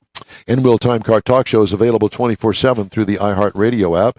Just look for In-Wheel Time Car Talk. We also video stream on Facebook, YouTube, and InWheelTime.com. 30-minute podcasts at your fingertips on over a dozen of the most popular podcast outlets. The In-Wheel Time Car Talk Show continues right after this quick break. Some things just belong together. Chips and queso, beer and barbecue, and the auto show and boat show. January 25th to 29th at NRG Center. 1 ticket, 2 great shows. Climb Jeep Mountain, board your dream boat, get the kids hooked on fishing at the trout pond, and join Evolve on an EV test drive, including the Ford Lightning. See all the latest models at the Houston Automotive Show, January 25th to 29th. Buy early and save at automotiveshow.com. Your friends and hosts of the quarterly Tailpipes and Tacos Cruise In at the Lupi Tortilla in Katy want to thank you for your participation in last year's events and look forward to more in 2023. You'll hear about them all right here and online soon. Next time you're in the West Houston Energy Corridor area, be sure to stop in at the original Lupi Tortilla Tex-Mex near I-10 and Highway 6 or at the Katy location on the Grand Parkway at Kingsland Boulevard. In Beaumont or College Station, you'll want to stop in and have Lupi's award-winning beef fajitas and frozen margaritas. There's always a celebration at Lupi Tortilla. Lupi founder Stan Holt and his wife Sheila are car people through and through. Both are winning racers on the NHRA drag racing circuit and have a collection of hot rods and classics that everyone appreciates. You'll see them at the next Tailpipes and Tacos Cruise In the spring at the Lupi Tortilla Tex-Mex on 99, the Grand Parkway, and Kingsland Boulevard, just south of I-10 and Katy. We'll give you all the details soon right here on the In-Wheel Time Car Talk Show and online.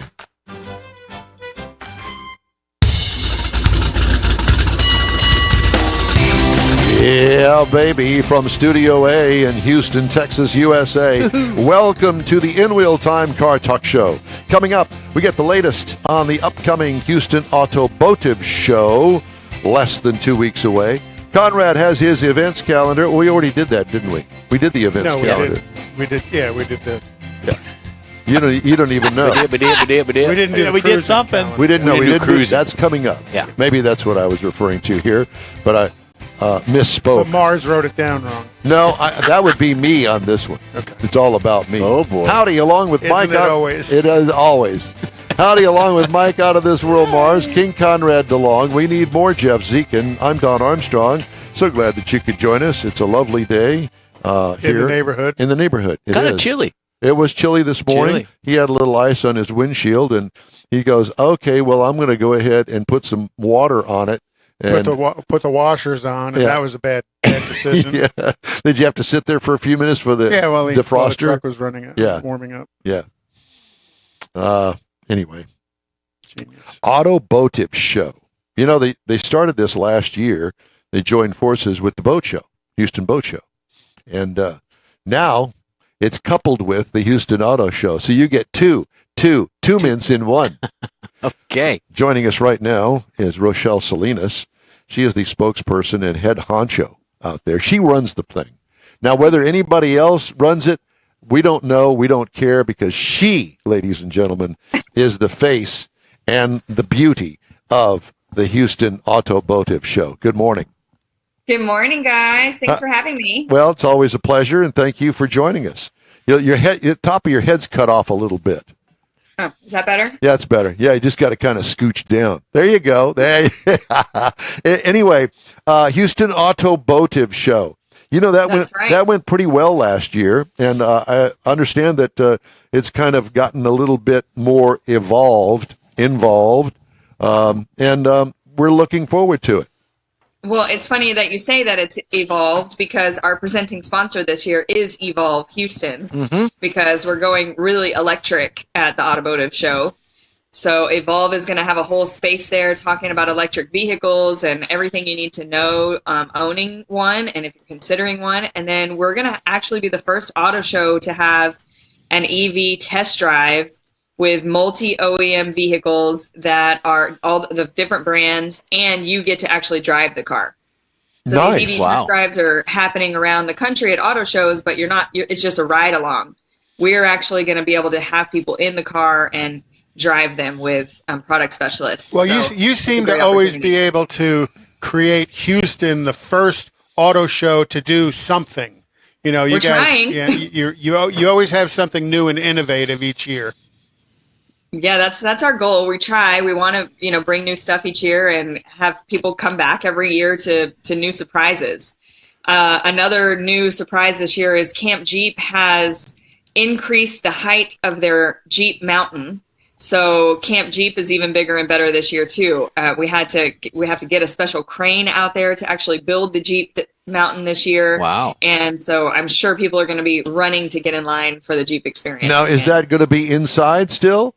it is still inside. What are you So gonna? You got to bump your head underneath Really? the roof there. Yeah, Pretty you're large You're gonna be able last to year. You're gonna get closely close put your to the hands up ceiling. and maybe touch the roof Oh wow, of NRG Center. that's pretty cool. And I assume that you're taking up the entire NRG Center footprint with these two shows together. That's right. This time we're splitting the entire center 50-50.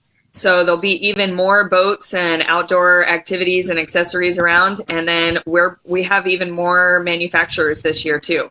So we're excited to have Honda and Acura back, as well as Buick GMC. Really? Oh, good. Nice. Because last time we talked to you, you weren't too sure about all of that. Yeah, so we've been able to get them in thanks to the local dealer groups. So they've come together to build display spaces and make sure that their brands are represented at the show. So and we've got a good selection from everything, all of the Stellantis brands, Chrysler, Jeep, Dodge, Ram, Toyota, Lexus, Ford, Nissan. So we've got a good array, and we've updated our website. So please, I encourage everyone to go check that out. We are listing almost all of the vehicles that will be on display there so that people can this year go and check before they come if the vehicle that they want to see is there. So I haven't talked to Kimberly, but are they going to bring the new electric Ram truck there for everybody to see? She has not shared that with me if they're bringing it or not. They are hosting a press conference on the Dodge Hornet, though, so that will be there. So you're saying there's a chance? There's a chance. Fingers crossed, but I just don't know. Yeah, okay. Well, even if you did know, you probably wouldn't say on this show. Oh, on this show, of course, I do all kinds of breaking news on this show. You do. I just got to throw that bone out there and just gonna go. Is she gonna bite? Is she gonna do it? Let's see. Okay. Next year there'll be airplanes. Yeah, no.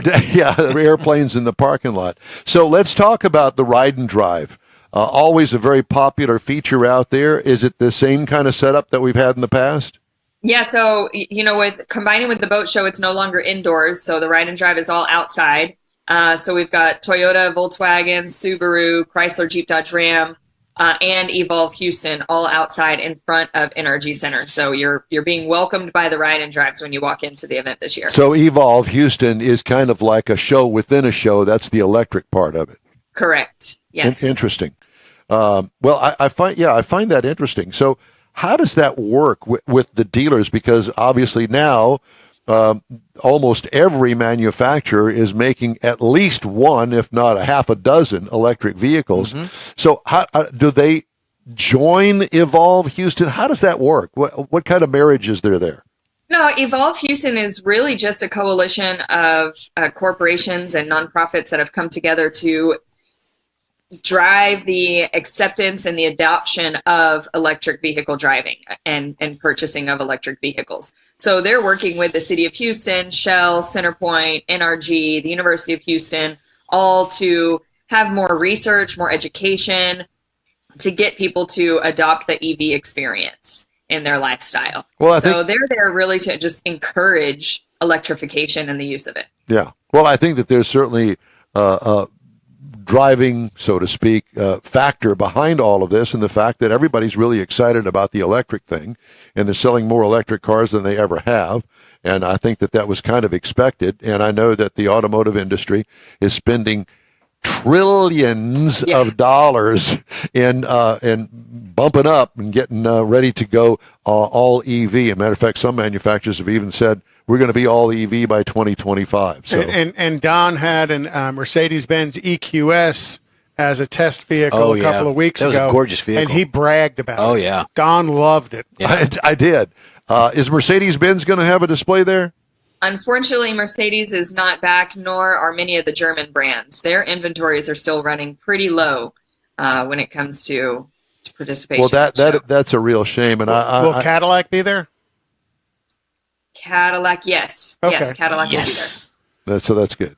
Yeah. And they've introduced or have talked about introducing an all-electric for 2024. Well, the Lyric's already there's another one, already too. starting to deliver Lyrics. But there's going to be an additional brand or style after that. Model. Yeah. Model. Well, I find it really exciting. Tell us about the ride and drive. How does that work? I mean, I've got a ticket to the show. I walk in the door. I want to go do the ride and drive right away. So you sign up with whichever brand you want to participate with. So if you want to do a test drive with Volkswagen, you go into their space, you sign a waiver. You'll probably have to do a breathalyzer test, show your driver's license, and then you get to go on a test drive outside of NRG Center, about a 2-mile, 5 to 10 minute test drive, and come back into NRG Center and share your experience. So does it go off property? Yes. It does. Okay. Yeah. And I assume that there's going to be somebody there from Volkswagen sitting next to me okay. All right. That's good. And they guide you around the route that they have, usually down Old Spanish Trail and back up towards Fannin and then through back into NRG Center from I heard this rumor that, and I know that you don't really, you're not the spokesperson per se of the Houston Boat Show. I think you've got a cohort that does that, but I also heard a rumor that they're going to have an electric boat there. Yes, X Shore is going to have 2 electric vehicle models out there, and you'll be able to check out how an electric boat works in the water. Don't ask me. And Go they're talk to the X-Shore folks. They're going to fill up the Astrodome with water, and you're going to be able to ride it around inside the Astrodome. They should. I'm kind of looking for a submarine, A submarine. Yeah. Well, they're Don the yellow needs one. an electric helicopter. a yellow submarine. So, what are the ticket prices to get in? So right now, online tickets are $15 plus your usual $2 fee. But at the door, they'll be $20. So once the show starts, ticket prices go up to $20. So get your $15 ticket now. We have moved away from Ticketmaster, so the fees are a lot less. Fees used to be like $5. So they are less. So I encourage everyone to buy online in advance. Get your tickets now. Tickets are good for any day, so you don't have to select a particular day to come. You just get your ticket now and then show up at the show. And it doesn't cost any more to sign up for the ride and drives. No, not at all. And you're getting 2 events in one. I mean, that ticket is going to get you into the boat show and the auto show, access to the ride and drives, to Camp Jeep, all of those experiences. And the boat show is also bringing back their fishing pond, so you'll be able to do some fishing over there too. Yeehaw! Okay. Yeah.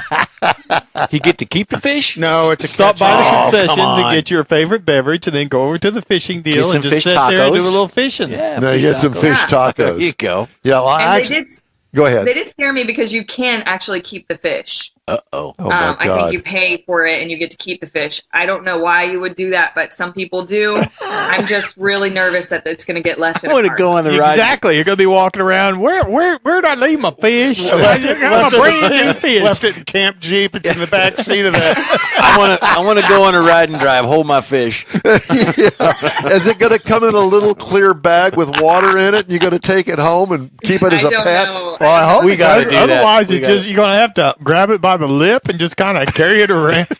Can we bring No, our they own bag pole? it up for you. They're going to bag it up for me. Can I Oh, bring my boy. own pole and bait? Be on the Jeep drive, and all of a sudden fish start flying out. Yeah, I can see. talking? I can see you trying to go through security with a bag of bait and a fishing pole. Well, it's good to hear you guys are following the Taylor Swift model and moving away from Yeah, Ticketmaster that's, as well. that's good for everyone. I know. Yes. Yeah, it's so funny because you're not by yourself, and I hate dealing with Ticketmaster, and I especially hate the fees. Oh yeah. But they're all getting not rich off of a ticket. It's not like they're not making money selling you the ticket, because I think they were making money based on who you were buying the ticket from, and now they're going to fee you up on, as much as the ticket is. It's Yeah. crazy. And Yeah, we'll have them on a Good guest. idea to We'll get have them away as a from guest next week. Okay, so let's see. Did you get my text message or my email about the party? Yes, I hope to see all of you in your 70s and 80s wardrobe at the preview night. So we're bringing back preview night. It is open to the public. So any of you all out there that are complaining about the kids are in the way when you come to the auto show, well, the preview night is the night to come. It's an adults only, exclusive access event, open bar, food, a concert by Skyrocket from Austin. It's going to be a hugely fun night. Cool. We're very excited about it. And I want you to know that I've bought my hip hugger corduroy bell bottoms. no. Okay. Yes! Do you squeak when you walk? And a jacket with fringe. Yeah. Well, I do have some platform shoes. Oh, I bet you do. So I'm going to go from 6'1" to 6'5", and I'm sure all you have to do is look in the back of your closet. You've got everything you need. No, it's in the front of his closet, not the back of his closet. that's it. Exactly. As a matter of fact, I thought about wearing it to work this week. I'm surprised. You get the shoes out that have the little place for the fish, and that way you could catch your fish. You wouldn't have to carry them. You could just In the put them in your soles, shoes. and the Wear clear your soles, fish. yeah. You needed this on a Saturday morning, didn't you? I really did. I did. I was running late this morning, and you guys have pepped me up. I'm now motivated to keep working on the Automotive Show. Well, I have to tell you that we are truly looking forward to it. This is not one of those stiff television shows where everybody has got to mind their P's and Q's. That we just kind of let it all hang out, and we've been known to do that a time or two at the auto show, and we other like to have a places. good time. Here's something else too that I thought, and while we were talking about fish, that Texas Parks and Wildlife is going to be there. Do we yes, need? they're going to be there as well as the Coast Guard. So another new thing we're bringing this year, they're going to be on the boat show side, sharing a lot of great information about all the parks and boat safety and boater registration, all kinds of good information there. In addition to that, new this year, we are setting up an education corner. So on Saturday and Sunday, we're going to have AAA, Coast Guard, Evolve, Houston Police Department, everyone giving some about 20-minute presentations from all things from vehicle maintenance to distracted driving to boat safety and boater registration information. So we're going to have a full lineup of great content there for people to come and learn something new. Well, and just to let everybody know that we are going to have a special edition of the In Wheel Time Car Talk Show. Yes, we are. We're going to be delayed in our start. So we're not going to start at 8 o'clock. No. Because the show's not open. We're going to start when the show opens at 10. We're going to go 10 to 1. That's it, coming up in 2 weeks. And we get to watch everybody rush Camp Jeep. Yeah. Because that's every year. Because you guys, We need to see you if we can usually get a put us ride over there before by the- Camp Jeep, and Maybe- everybody's running to be first in line at Camp Jeep. I need to get a fishing license. Do you have to have a fishing license for the pond? No, you do not. Okay, well, that's good. I'm No, glad. we need to be there when Camp Jeep warms up because we need to get a ride in it before the show opens because we're going Yeah, to be you on the should, air. absolutely. And by the time we get off the line so long, you can't get to Those- it. I Well, know- they always invite us over. Yeah, those guys are there early before the doors we open. may have so, to do that, particularly well, you if need you to. wear your platforms again on Saturday. We could just see if you could really reach the ceiling. The only problem touch is the that sky. yeah, the only problem is that I have obviously but my clutch foot becomes a problem with that platform shoe. I'm not really too sure about it. It's been a while since I wore it. Just push the seat back further. Is that okay? Well, there you have it. All right. So what else have we missed here? So don't forget, we're open January 25th through the 29th, Wednesday to Sunday. And our show hours this year, we are opening a little bit early. So we're opening now from 11, closing at 8 p.m., 11 a.m. to 8 p.m. every day, except Saturday and Sunday, we open at 10 a.m. And on Sunday, we'll close at 6. So if you're coming out on Sunday, make sure you get there early so you can fit everything in. Now, on Wednesday, the first day that it's open to the public, Yes. I mean, there's 11 some things a.m. going on. It's 11. Okay. That's So- what I was wanting to get to was what time that day, if it's going to be regular hours or not. Why do you care about that? Why do I care about this? Yeah. So because in people- my mind, I was thinking that with the press day meeting stuff, they may not open to the public till 1 or 2 or 3, but that's the reason I wanted to ask. When is move-in for everyone? So we actually move our offices there this week. We'll start moving in on Thursday, and then everything has to be ready and done Tuesday afternoon for preview night on January 24th. Oh, that's Can true. I give you my impression of Rochelle Salinas on opening day? Can I just Yeah, go ahead? go for it. You ready? Like an auctioneer. Well, I don't know if you saw me last year, but I physically ran across the entire NRG Center We saw from the that. boat show side Yeah. to Camp Jeep to make a live shot for the Houston Life TV show. And it was the first time I actually ran full court across the building. So I've been working on my exercise routine this year so that I'm not out of breath on any interviews if I have to run. You know, I need they to get you a Sago or whatever they are, the little I had scooter one and it hoverboard. wasn't working. Oh, okay. well, I was thinking more along the lines of at least an electric golf I was cart. thinking EV of some sort. Yeah. Yeah. Well, hey, it's great to talk to you. We look forward to seeing you and giving you a hard time when we see you. Well, actually, at the party on Yes. Tuesday night, and then next Saturday, a week from Saturday. So we'll look forward to it. Absolutely. So check out autoshow.com or automotiveshow.com for your tickets. Yeah, Okay. and Leah from the boat show is going to be with us next week, so we'll get a little more in Fantastic. depth on that. Okay. Oh, good. Get my submarine ordered. Yeah, we'll definitely do that. Rochelle, it's great to talk to you. Thanks, son. We'll see you soon. Thank you guys. Take care. You too. Rochelle Salinas, Houston Automotive Show. What a cool lady. My wife's already shopping for Tuesday night. I don't know how expensive this is. Are gonna you get. serious? Are you Yeah. going to be there on Tuesday night? And this year it's my off week. Oh, that's Really? right. Yeah. Unbelievable. I don't believe I've ever seen you there. It's been a few years since I was able to go. Well, you got to let your hair grow there, Jerry Garcia. Well, it's a little late for that. Show It up ain't in going a to grow little- much between now and Oh, Tuesday. now you tell me. Show up in a little tie-dyed, you know. Jeff, are you going to go? Yeah, I'll go. Good. Absolutely. Good. Conrad? Possibly. No. We need you That's at the party. That's a long way of saying no. Yeah, he does this to us all the time. Yeah, I'm thinking Spouses about and girlfriends. it. Then it comes up. You going Yeah, tonight? just No, don't I'm not bring your going. spouse and girlfriend to the same party. Didn't That say don't work. that. Spouse and girlfriend. Spouses and or girlfriend. Oh, no, it wouldn't be and spouses and girlfriend. No, it'd be Or. spouses or girlfriend. Yeah. Don't Could, put the could and be in the there. same person Well, let's hope. if you're lucky. Yeah. If you're smart. Hmm. How's that going for you, Don? You knew that was Win. next. I knew it was coming. I was just waiting I for know. it. Leave it to Conrad's back. Conrad's back. Conrad's back. Mhm. I was concerned with him. You know, our chief engineer, David Ainsley, had pneumonia. David. Did you know that? Yeah, I was wondering if he got that skiing. That's what we're thinking. He said that was the first time they'd been. I think he contracted it at the Denver airport when the Waiting for Southwest Airlines shut Oh, down yeah, with yeah. all those So he tens needs of to millions charge of people. Southwest. But his boys are okay, right? Yeah, they are. But they're young. And he actually ended up buying a Kyle. Is it Kyle bought a car? His youngest got a new Honda, or not a new Honda, but A used A Honda used from Pre-owned, Emmons yeah. Brothers. He's a frequent shopper there. That's good. Yeah, there's no doubt. He should get a frequent shopper discount. Mhm. I do have headlines to tell you about. Yeehaw. okay. Oh, yeah. I got a story or two, Tim. Did you call me Tim? No, I have a story or two. Too.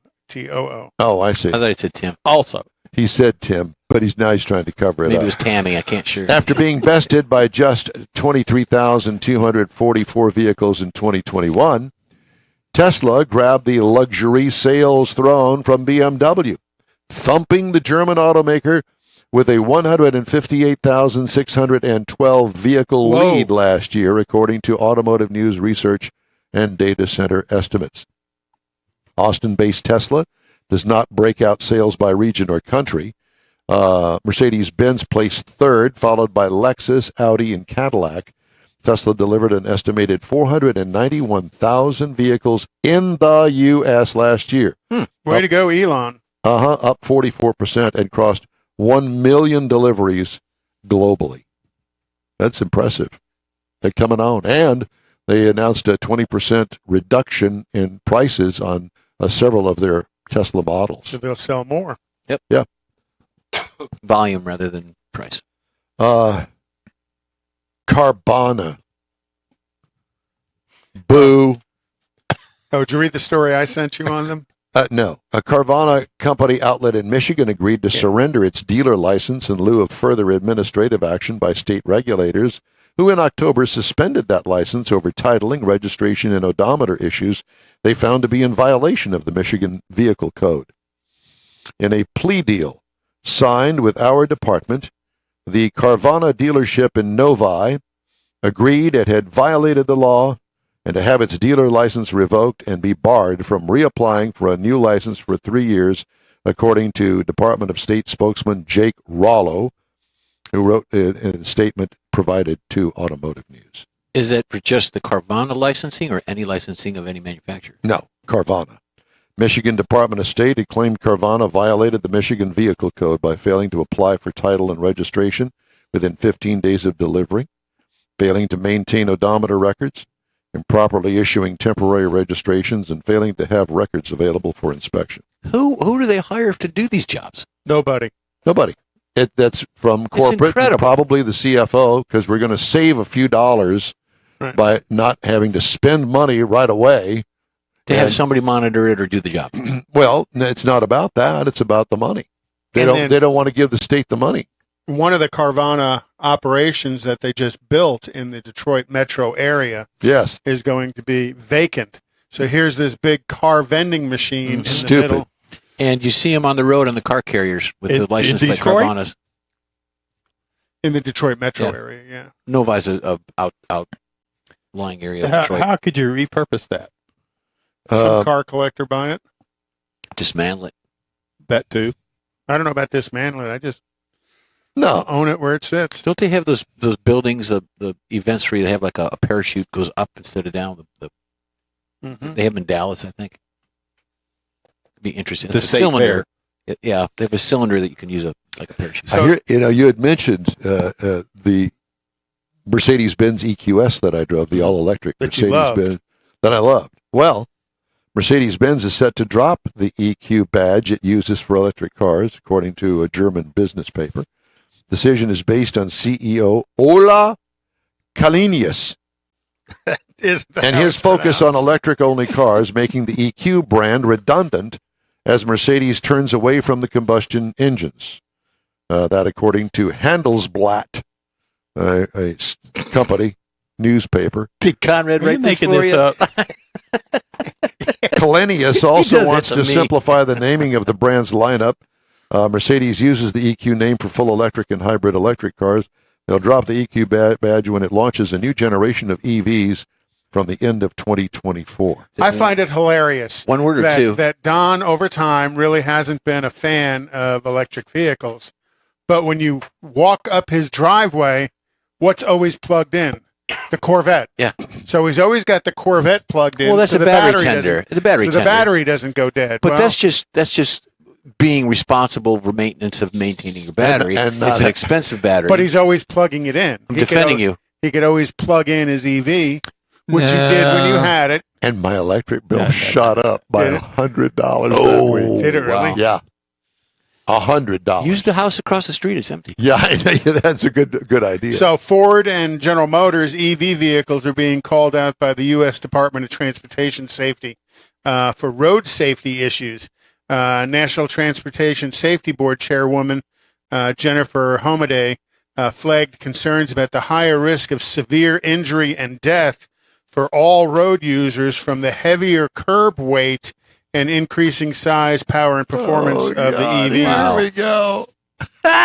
So, they're talking about the Hummer EV and the Ford Lightning can weigh up to 9,000 pound gross vehicle weight. What's going to happen to our roadways with all that extra and heavy tear. weight? Well, you see what's happening now with just the trucks. I mean, just the common daily drivers. So, yeah. Now the government's telling you to go buy an EV, and then the government's telling you that EVs aren't necessarily safe for other people on the road. So who do you listen to? Don't listen to the government. They're never right, ever, ever, ever right. Okay. Is that one word or two? Quick break now. We'll be right back. You're on the Ed Wheel Time Car Talk Show. Stay with us. Some things just belong together. Chips and queso, beer and barbecue, and the auto show and boat show. January 25th to 29th at NRG Center. One ticket, two great shows. Climb Jeep Mountain, board your dream boat, get the kids hooked on fishing at the trout pond, and join Evolve on an EV test drive, including the Ford Lightning. See all the latest models at the Houston Automotive Show, January 25th to 29th. Buy early and save at automotiveshow.com. Your friends and hosts of the quarterly Tailpipes and Tacos Cruise In at the Lupi Tortilla in Katy want to thank you for your participation in last year's events and look forward to more in 2023. You'll hear about them all right here and online soon. Next time you're in the West Houston Energy Corridor area, be sure to stop in at the original Lupi Tortilla Tex-Mex near I-10 and Highway 6 or at the Katy location on the Grand Parkway at Kingsland Boulevard. In Beaumont or College Station, you'll want to stop in and have Lupi's award-winning beef fajitas and frozen margaritas. There's always a celebration at Lupi Tortilla. Lupi founder Stan Holt and his wife Sheila are car people through and through. Both are winning racers on the NHRA drag racing circuit and have a collection of hot rods and classics that everyone appreciates. You'll see them at the next Tailpipes and Tacos Cruise In the spring at the Lupi Tortilla Tex-Mex on 99, the Grand Parkway, and Kingsland Boulevard, just south of I-10 and Katy. We'll give you all the details soon right here on the Ed Wheel Time Car Talk Show and online. The award-winning Ed Wheel Time Car Talk Show is available on the most popular podcast channels out there in 30-minute episodes. We realize our 3-hour live show can be difficult to catch in its entirety, so now you can listen every day to a convenient, fresh 30-minute episode. Check us out on Apple Podcasts, Spotify, Google Podcasts, Amazon Music, and Audible, along with a dozen more. Ed Wheel Time has the most informative automotive guest interviews and new car reviews, along with popular features including Conrad's Car Clinic and This Week in Auto History, along with automotive news headlines. Our live broadcast airs every Saturday, 8 to 11 Central on InWheelTime.com, the iHeart app, and on YouTube. Be sure to say hello when we're broadcasting from the Tailpipes and Tacos Cruise In, Autorama, and the Houston Auto Show, among others. Now, it's easier than ever to hear about all things automotive all week long. You're invited to join fellow car enthusiasts in becoming part of the ever-growing In Wheel Time Car Talk family. Don't forget those 30-minute podcast episodes on your favorite podcast channel. Howdy. All right. Welcome to the In Wheel Time Car Talk Show. Just ahead, we talk with Crystal Lopez about the Big Bend Open Road Race. Sounds like fun.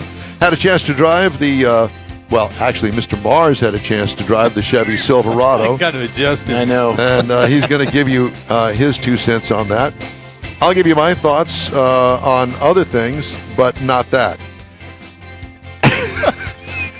We'll also have we choose not to. We'll also have the cruise-in calendar, and later Conrad will have This Week in Auto History, along with the stories making automotive news headlines this week.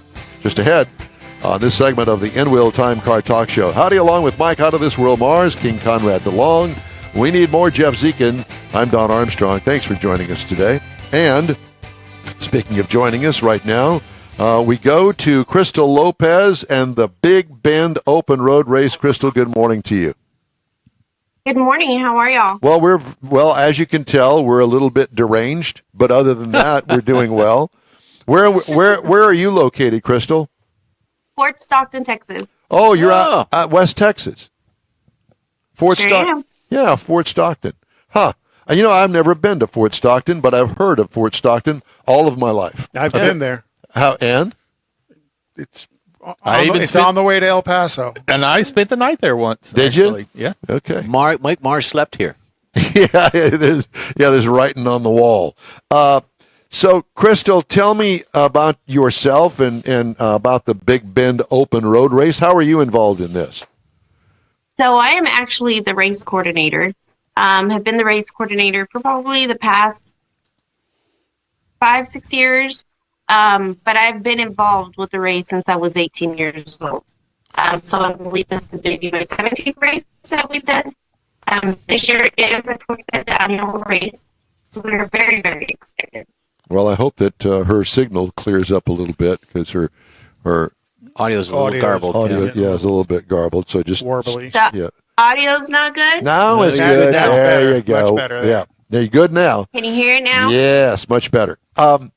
So, Crystal, as the race coordinator, let me ask you, what kind of a race is it? The Big Bend Open Road Race. Now, to me, that would be getting on some desolate roadway out there and going as fast as you can. Is that what it is? So basically what it is we have a road from Fort Stockton to Sanderson that we close off from, of course, we get text mission. We close the road from 6 a.m. to 6 p.m. Hold on, Crystal. There you have- go. You just cleared up. Go ahead. Hear me now? No, it's bad. Mr. Mars, could you, you can't. No, it's Is it on her do you end? have some audio on your end? Something that where you're listening to the show? That's kind of what it sounds No, like. I don't. No, she doesn't. Okay. Well, let's continue and try to talk to you about this. So it goes from where to where? From Fort Stockton to Sanderson. Sanderson. Okay. How far is that? It's about a 58-mile course. 58. So we go 58 miles one way and then 58 miles the other. Okay, on the same road. On the same road. Okay. And is there a speed limit to it, or how does it work? Okay, so there is going to be 11 categories. We range anywhere from 100 miles an hour to unlimited. Wow. So you have, yes. So we have 160 racers. That is our max capacity. We open registration in January. From January, we usually fill up within the first 15 minutes. And then the rest of the racers that have signed up will actually go onto a wait list. So those racers actually pick the category that they want to race in, depending on their qualifications. So if they are a rookie, they can only race up to the maximum speed of 110 miles an hour. Once they've completed their rookie year, they are actually allowed to move up categories 10 miles per hour each year or each race. We have now started a 2 race a year. So I believe this is going to be our 3rd October race as well. Oh, an October race as well. Okay. Interesting. Yes. And so there are 11 categories. Is it based on the car, the year model, the engine size? How does that work? No, it's based on actually the racer and their qualifications. Of course, the car is going to take a lot into consideration. So your more challenging upper categories will be purposely built race cars. Last year, we've had an unlimited car go up to, during our practice run, 217 miles an hour. Holy cow. Yes. Yeah. Well, there you go. Them Yugos are fast. I was going to say that. So some of these guys get really serious about this. Definitely. And then, of course, safety is our number one priority. We have course records along the race at each gate, so they are basically our eyes to the road. We have either 3 helicopters, 3 airplanes, and a helicopter up in the air at all times, being our eyes of the road as well as Sheriff's Department, Fire Department, EMS, all of the race crews on the line Saturday. So this is not some sort of Saturday casual event. This is some serious stuff you got going out there. Yes, sir, definitely. So we began planning in January for our April race, and then we will begin planning in July for our October race. So it takes it's a whole year job for me. It's definitely something we love and enjoy, but it is not just a casual Saturday race. Let's go to the track type thing. Wow. So you say you accept 200 racers per event? Is that correct? We accept our max race capacity for the road, and our time limit has been 160. 160. We will accept, I believe last year we registered over 200 racers. With our max capacity being 160, the rest of those will go onto our wait list. And then, of course, we usually have a large turnaround. We have racers call in, they've had accidents or surgeries or illnesses. I did have a racer one time call in and say, I'm loading up my car, getting ready to go. And the car, I guess I forgot to put the car in park, and the car drove into my neighbor's yard. So I can no longer make it. So when instances like that happen, I call the next one on the wait list, and they're usually eager to come in. I've even had cases where racers come in week of knowing that they're still on the wait list. Yep. And somebody break down or something happen, and they actually get moved in. So it's a pretty good thing. What does it cost to participate? It will range anywhere from, for a rookie, I will say for rookie, it's about $1,100. Depending on the category and depending on what you're needing, it can go anywhere from $600 up to $1,200. So it all depends on what you're racing. We need to get Mike involved in that. Yeah, Mike. You could take one of your press cars out there. That's what I was thinking. The in-wheel time. Yeah. No. It would be something like, the Subaru WRX STI or, something fun. I'm thinking Hellcat. That Hellcat, that'd be good. Conrad's rally. Yeah. Well, it would rev up to like a 200 mile an hour speed, but it wouldn't go 200 miles an hour. No. Okay. Plus me being a rookie, I'd be in the lower class. 110 be your max. Yeah, it's true. And I was reading, because they were running this race across 58 miles, like she mentioned earlier about the volunteers and having people at gates, every place there's a gate that comes out on there, they have a volunteer there to stop people from pulling out onto the track because it's literally shut down to a private road for that time period. And so it's a lot of people involved, and you're out there all day, and it sounds like it'd be really cool to watch these cars go by at 100, 200 miles an hour out in the middle of nowhere. It's not just a straight line. Standing. Yeah, it's not a straight line. There's like chicanes and hills and all that. Well, it's just whatever the highway is. Yeah. And that's what I think is amazing. People are out there doing 150 to 200 miles an hour on a public road. That's in West Texas, I don't know how good a road it is. It's not like going down Interstate 10 where it's a really nice, smooth road, I'm thinking. Well, I will tell you this, and I don't know. I've not been out there, and she could probably explain more, but my mind instantly goes to that I-10 coming in from going to Las Vegas. There's that long stretch out there where they ain't nothing, and you got to go through where the river is, The scenery. and out there where the dam is to get to Las Vegas. Well, looking at some of the pictures on their website, it's a curvy road, and you're going through hills and up and around curves on hills and stuff. It's a public highway. This is not a straight shot. Chris, it's not a drag race. Crystal, do you participate? Have you driven it? I have not. The closest I get to driving it is when I actually go from Fort Stockton to Sanderson. I tend to stay on the paperwork side. I have definitely seen plenty. But I just don't want to go those speeds. It's just not for me. I'm happy to plan it. There are plenty of people that I know that really do enjoy it. My brother races in it. My son is very eager to get to the age that he can enjoy the race. So there's just so much involvement to it. Well, this is not a side-by-side, NASCAR style race. This is one of those that's a timed event that, you let cars go one at a time, correct? Correct. So generally when we begin the race on Saturday, of course, we have to make sure that the weather is perfect and everybody's in place and the road is clear before we even start. We generally begin with our unlimited car drivers. We let those off 3 minute intervals apart. Our unlimited car drivers will make it from Fort Stockton to Sanderson in about 20 minutes. Usually it's about an hour drive. Oh, Mike, so that just tells you how fast they're going. On top of, we have many, many turns and hills and straights. So this road by far is very, very challenging.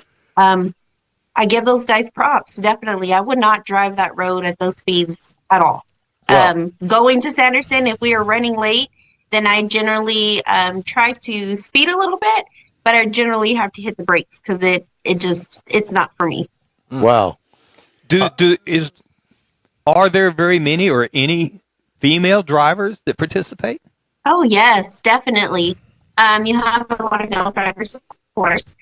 You have a lot of couple drivers, which is husband and wife teams. And then you have females that want to race themselves. And then we have the instances that the couples come down, they want to co-drive, and then it turns out to be the wife ends up racing the entire race because she just loves it that much. And the blinkers on the whole way. So it's very, very competitive, and it is very fun. I can only imagine. Turn here. No, turn there. Do you get a dry run or something, or can you get out there a couple days beforehand and make two or three runs on there so you know where the curves are? So typically, first time of a community is 2 days. Sanderson is a lot smaller community than Fort Stockton. Fort Stockton has generally 1,000+ hotel rooms. So whatever rooms get booked in Sanderson, they're booked up completely. Most of our racers will stay in Fort Stockton and do that daily drive from Fort Stockton to Sanderson. First 2 days of the race, because race is a 4-day event. We begin Wednesday in Sanderson. So being in Sanderson, they get to actually practice on the road from Fort Stockton to Sanderson, just trying to get to everything that they need to get to. Field registration, tech inspection, they'll move on to practice. We host rookie schools over there and a rookie qualification, and then they get to hang out the rest of the day or continue to practice. So generally their practice, they get it in all week long. We do ask them not to speed. We do have, of course, law enforcement on the road. One of our criteria is if they get a ticket or if they're caught doing something that they should not be doing and it involves law enforcement, we do disqualify them from the race. Oh, that's good. So our racers tend to be very well behaved.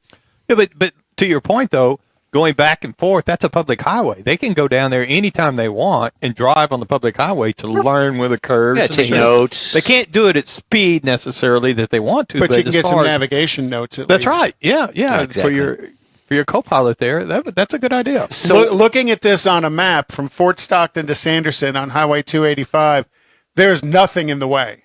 I mean, all it is Fort Stockton at one end and Sanderson at the other. There is not a town or anything in the way between these two. And this is, and forgive me because I'm gonna go there. This is kind of an evolution of the Silver State Classic Challenge in Nevada. Is that correct? So the Silver State Classic in Nevada is another open road race, and I think it's 90 some odd miles. That it's run what you brung and go top speed as fast as you want. So it's kind of cool to see something like this happening in Texas. All right. Yes, it is. There is 3 open road races in that we know of. Of course, the Big Bend Open Road Race is Silver State, and then the Sandhills. So there is 3 that you can attend and just enjoy. So what's the end result? Trophy, national recognition, props? Trophy. Okay. Any cash yeah, awards? Trophy, bragging rights, props. And that's really it. We give the trophies, the top speed award, the rookie of the year. We give the racer of the year. We even give a down and ducks award. So generally that goes to somebody that's had a lot of issues throughout the entire race. We've given it to somebody that had a buzzard actually go through their windshield. So it just all depends on what happens. Buzzard award. Yeah, he got the bird. So you could literally take your Corvette down there, Don, by it being your rookie year, and as long as you stay under the 110. Well, looking at the pictures, there's a lot of Corvettes there. Yeah, there are. A lot of Camaros, a lot of Porsches. Yes. What is that? That white thing? Lexus. Volkswagen. Got some Mustangs. We actually have a it's the Ford truck that comes in. How Interesting. cool. Yeah. Well, Crystal, when is the event again? April what? This year it's going to be April 19th through the 22nd. So we complete that day of the race. I believe it's the 22nd. Let me verify. I'm sorry. I had 2 race dates in my head, and That's all right. it's been straight. Let's see. So where do we go to get more information and to follow along and get live updates and that sort of stuff? So of course our website www.bborr.com, and then we are also very active on our Facebook pages. There are 2 different Facebook pages. There's an organization, and then there's a group page. So you see a lot of back and forth through racers and questions happening on the group page, of course. And then our organization page, we have to give updates and things like that.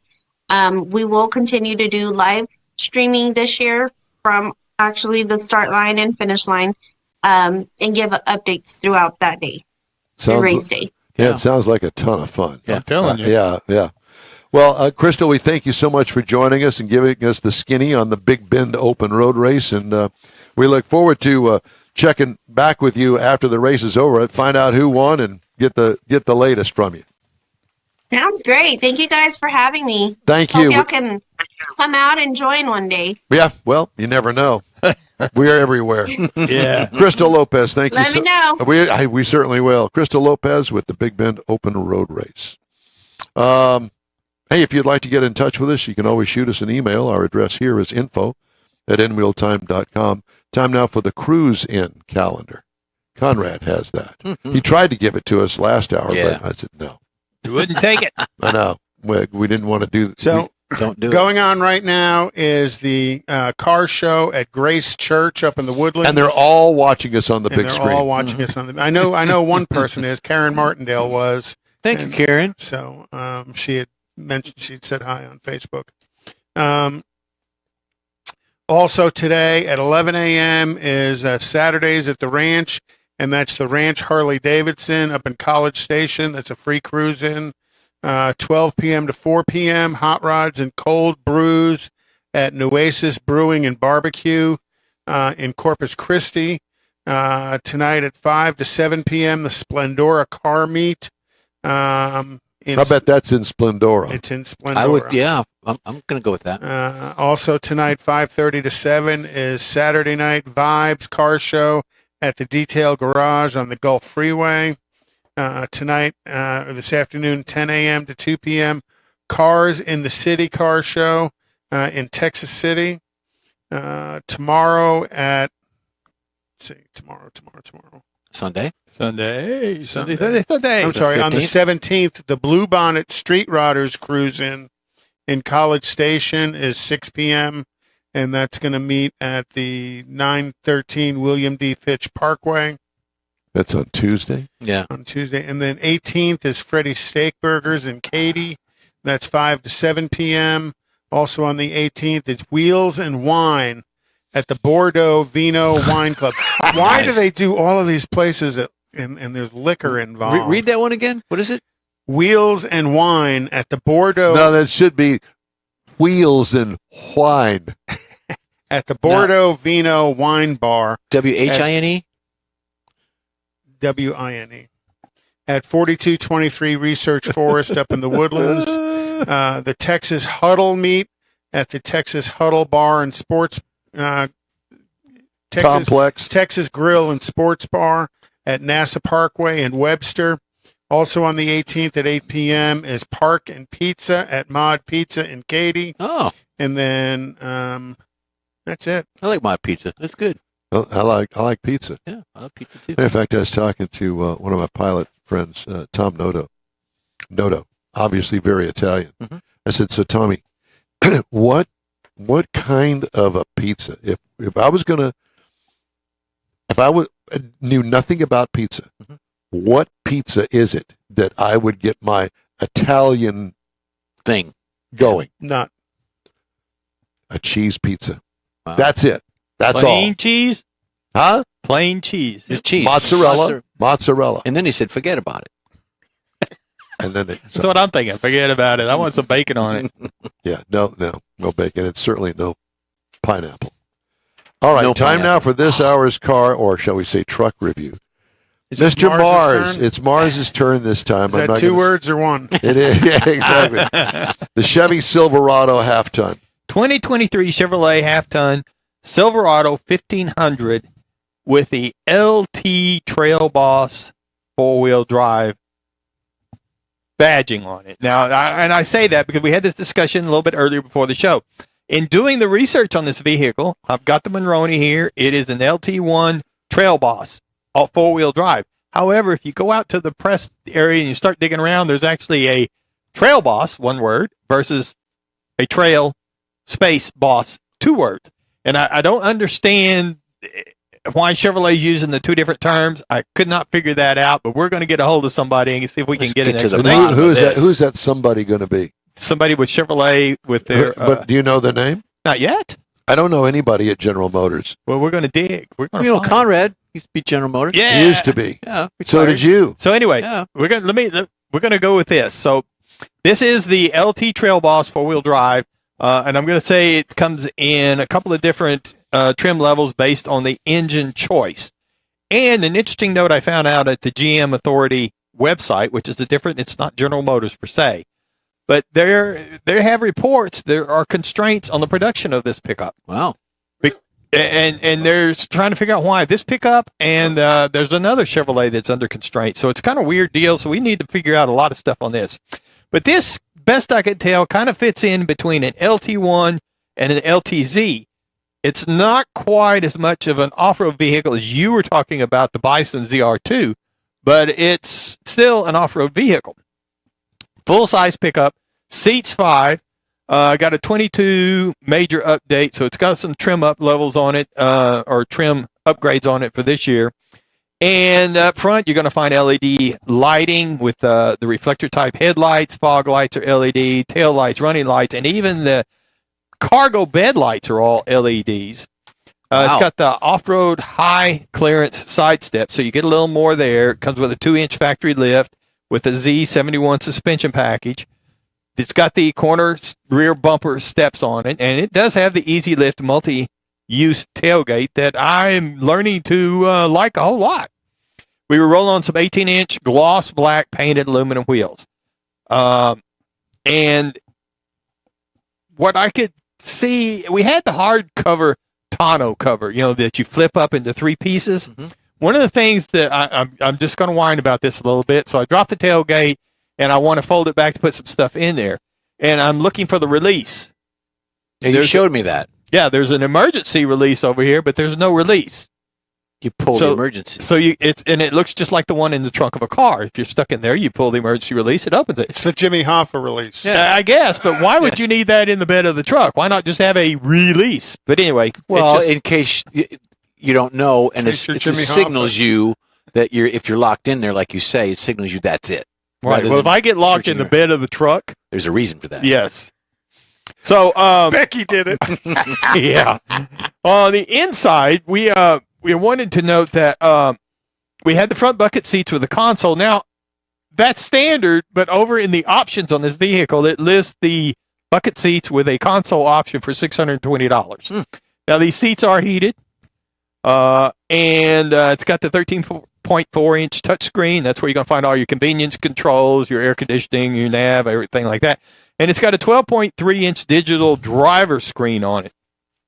So the driver's got plenty of information on it. And one thing I did want to note in regard to the multi-flex tailgate, obviously that's a $445 option, as Don mentioned earlier. However, we happen to have a credit because we were not equipped with the steering column lock, so we got a $50 credit on our vehicle. What?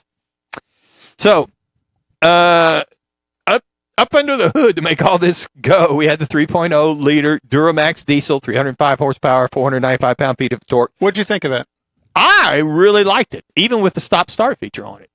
I was surprised. The only time I could really tell it was a diesel was the initial startup first thing in the morning. After that, it didn't even register that I was driving a diesel. I was so quiet. It's interesting when you look at the incentives that they're offering, the cashback incentives. All of the cashback incentives are built around the 4-cylinder turbo, not the Duramax and not the V8. Well, again, that's the move to EVs and everything else. So the EPA says you should be looking for 21 miles to the gallon in the city, Highway 23, combined 22. I happen to get 15.5 across 458.4 miles. So I drove it a lot. Again, didn't sound like a diesel, but I really like driving that per se. And again, it fits underneath, trim level wise. What Don was driving is a much more off-road type vehicle, in my opinion. You win. So this is kind of like a CUV. It just seemed to ride and drive better than what I would expect a full-blown off-road vehicle like yours to. Could you turn off the stop-start? Yeah. Okay. Yep. So we were looking at $56,300 for the base trim. The price as tested on this vehicle was $64,780. And again, you're looking at Ford, Toyota, and Ram for comparable type vehicles, depending on how you want to trim them out, how they're going to fit in the price.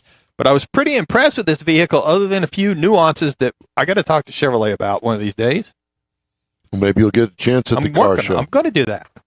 There you go. The In Wheel Time Car Talk Show is available 24/7 through the iHeartRadio app. Just look for In Wheel Time Car Talk. We also video stream on Facebook, YouTube, and InWheelTime.com. Podcasts available at your fingertips over a dozen of the most popular podcast outlets. The In Wheel Time Car Talk Show continues right after this quick break. Stay with us. Some things just belong together. Chips and queso, beer and barbecue, and the auto show and boat show. January 25th to 29th at NRG Center. One ticket, 2 great shows. Climb Jeep Mountain, board your dream boat, get the kids hooked on fishing at the trout pond, and join Evolve on an EV test drive, including the Ford Lightning. See all the latest models at the Houston Automotive Show, January 25th to 29th. Buy early and save at automotiveshow.com.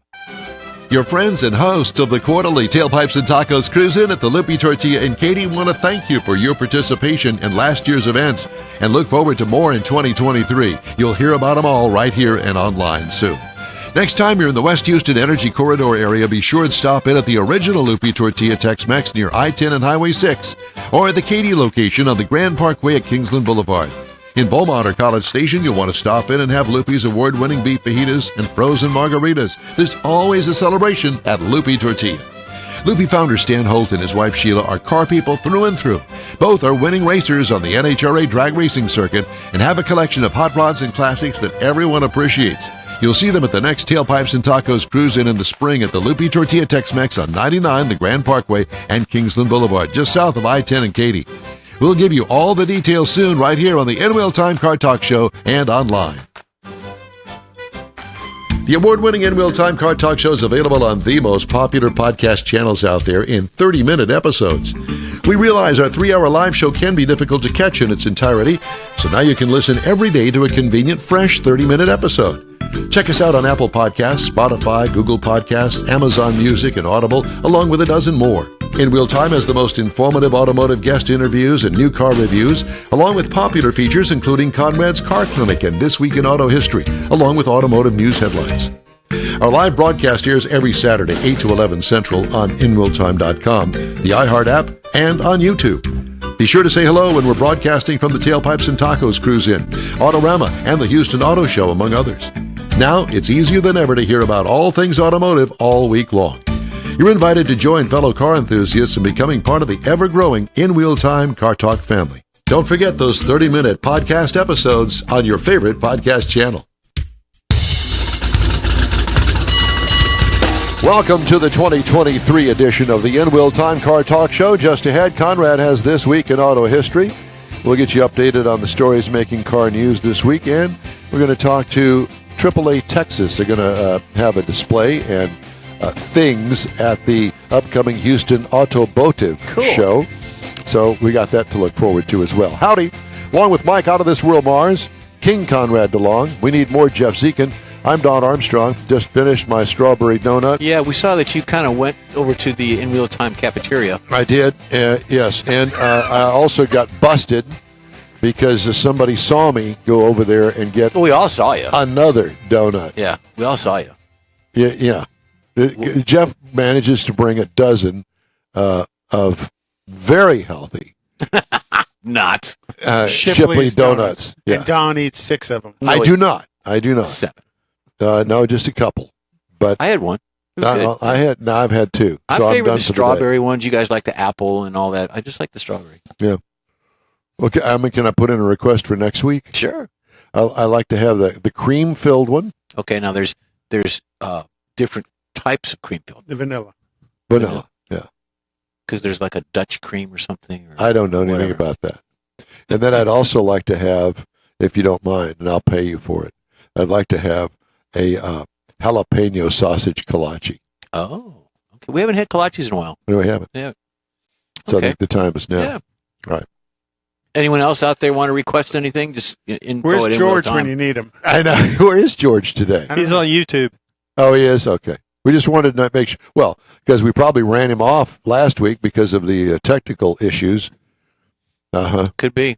Yeah. That's why you can find us. If you can't find us where you want us, find us where you don't want us. We could be on Facebook and YouTube and Twitter and Twitch and iHeartRadio. And in the bathroom. Oh, or the break room.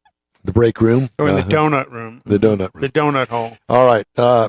Let's talk to AAA Texas. Let's talk to Josh Zuber and Kara Thorpe. Good morning, you guys. Hey, good morning. Thanks for having us. Thank you. Yes, definitely. Thank you for having us. Where are you guys? Great day here in Austin. Oh, are you in Austin? Kara's in Austin. Where are you, Josh? I'm right here in Houston. Oh, you are? Yes. Okay.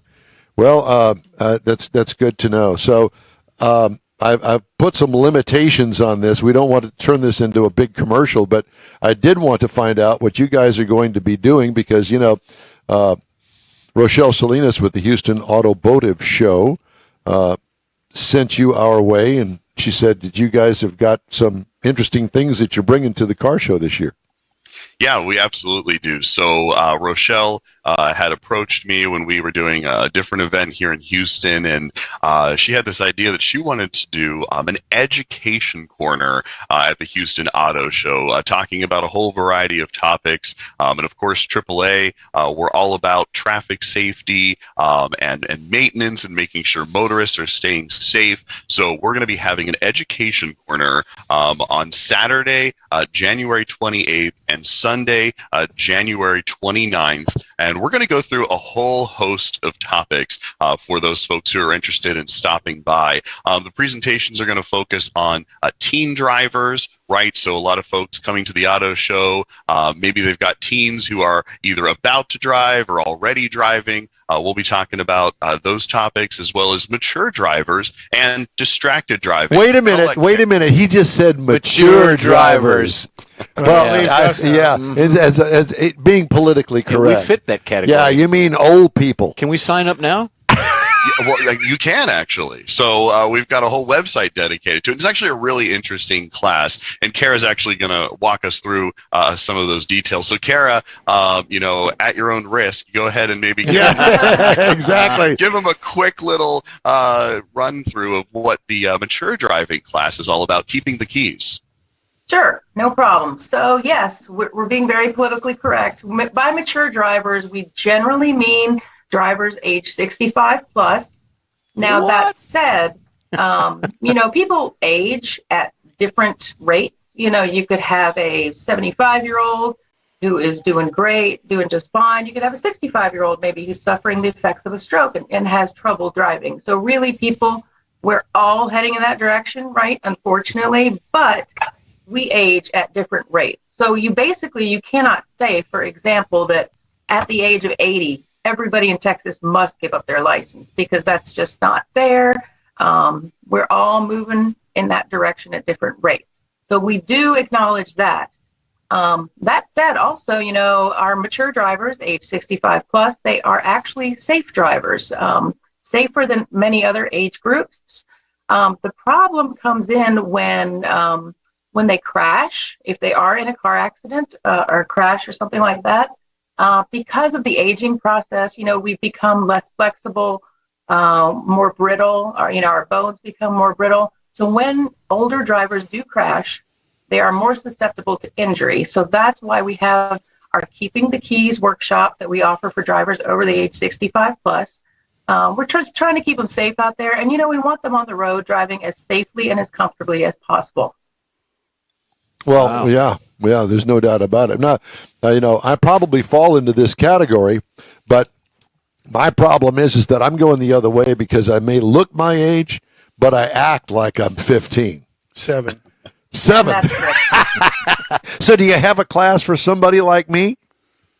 We do. We have a class coming up. I don't know if I can share my screen with you guys, but I can try. Maybe it's not allowed. That's okay. That's fine. Here we go. Okay, no worries. So our Keeping the Keys workshop is what we call it, because as I mentioned, we want to keep people on the road driving safely and comfortably for as long as possible. So you can find more information about that course, that workshop, at AAA.com/Keeping the Keys, all one word. I have a question. So AAA, obviously you have statistics for crash and speeds and things like that. Do you work with the medical industry on age groups and folks that maybe have signs of dementia or things like that? Do you work with any of the medical places? Not officially, we don't. I'll do presentations such as this, at senior living facilities, things like that, where people are still driving. Typically, when you go to the DPS to renew your license, of course, at age 79, you have to renew in person every year with the Texas DPS.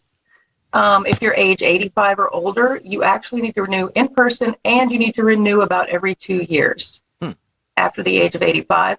And if the DPS, senses that maybe something might be off when you go in for the renewal, they may send you a referral to the Texas State Medical Board, who is a group of doctors who can evaluate then the situation to determine maybe if the person needs more training or if they need some rehabilitation to get them back on the road. Or in some cases, unfortunately, they will decide, this person should not be driving.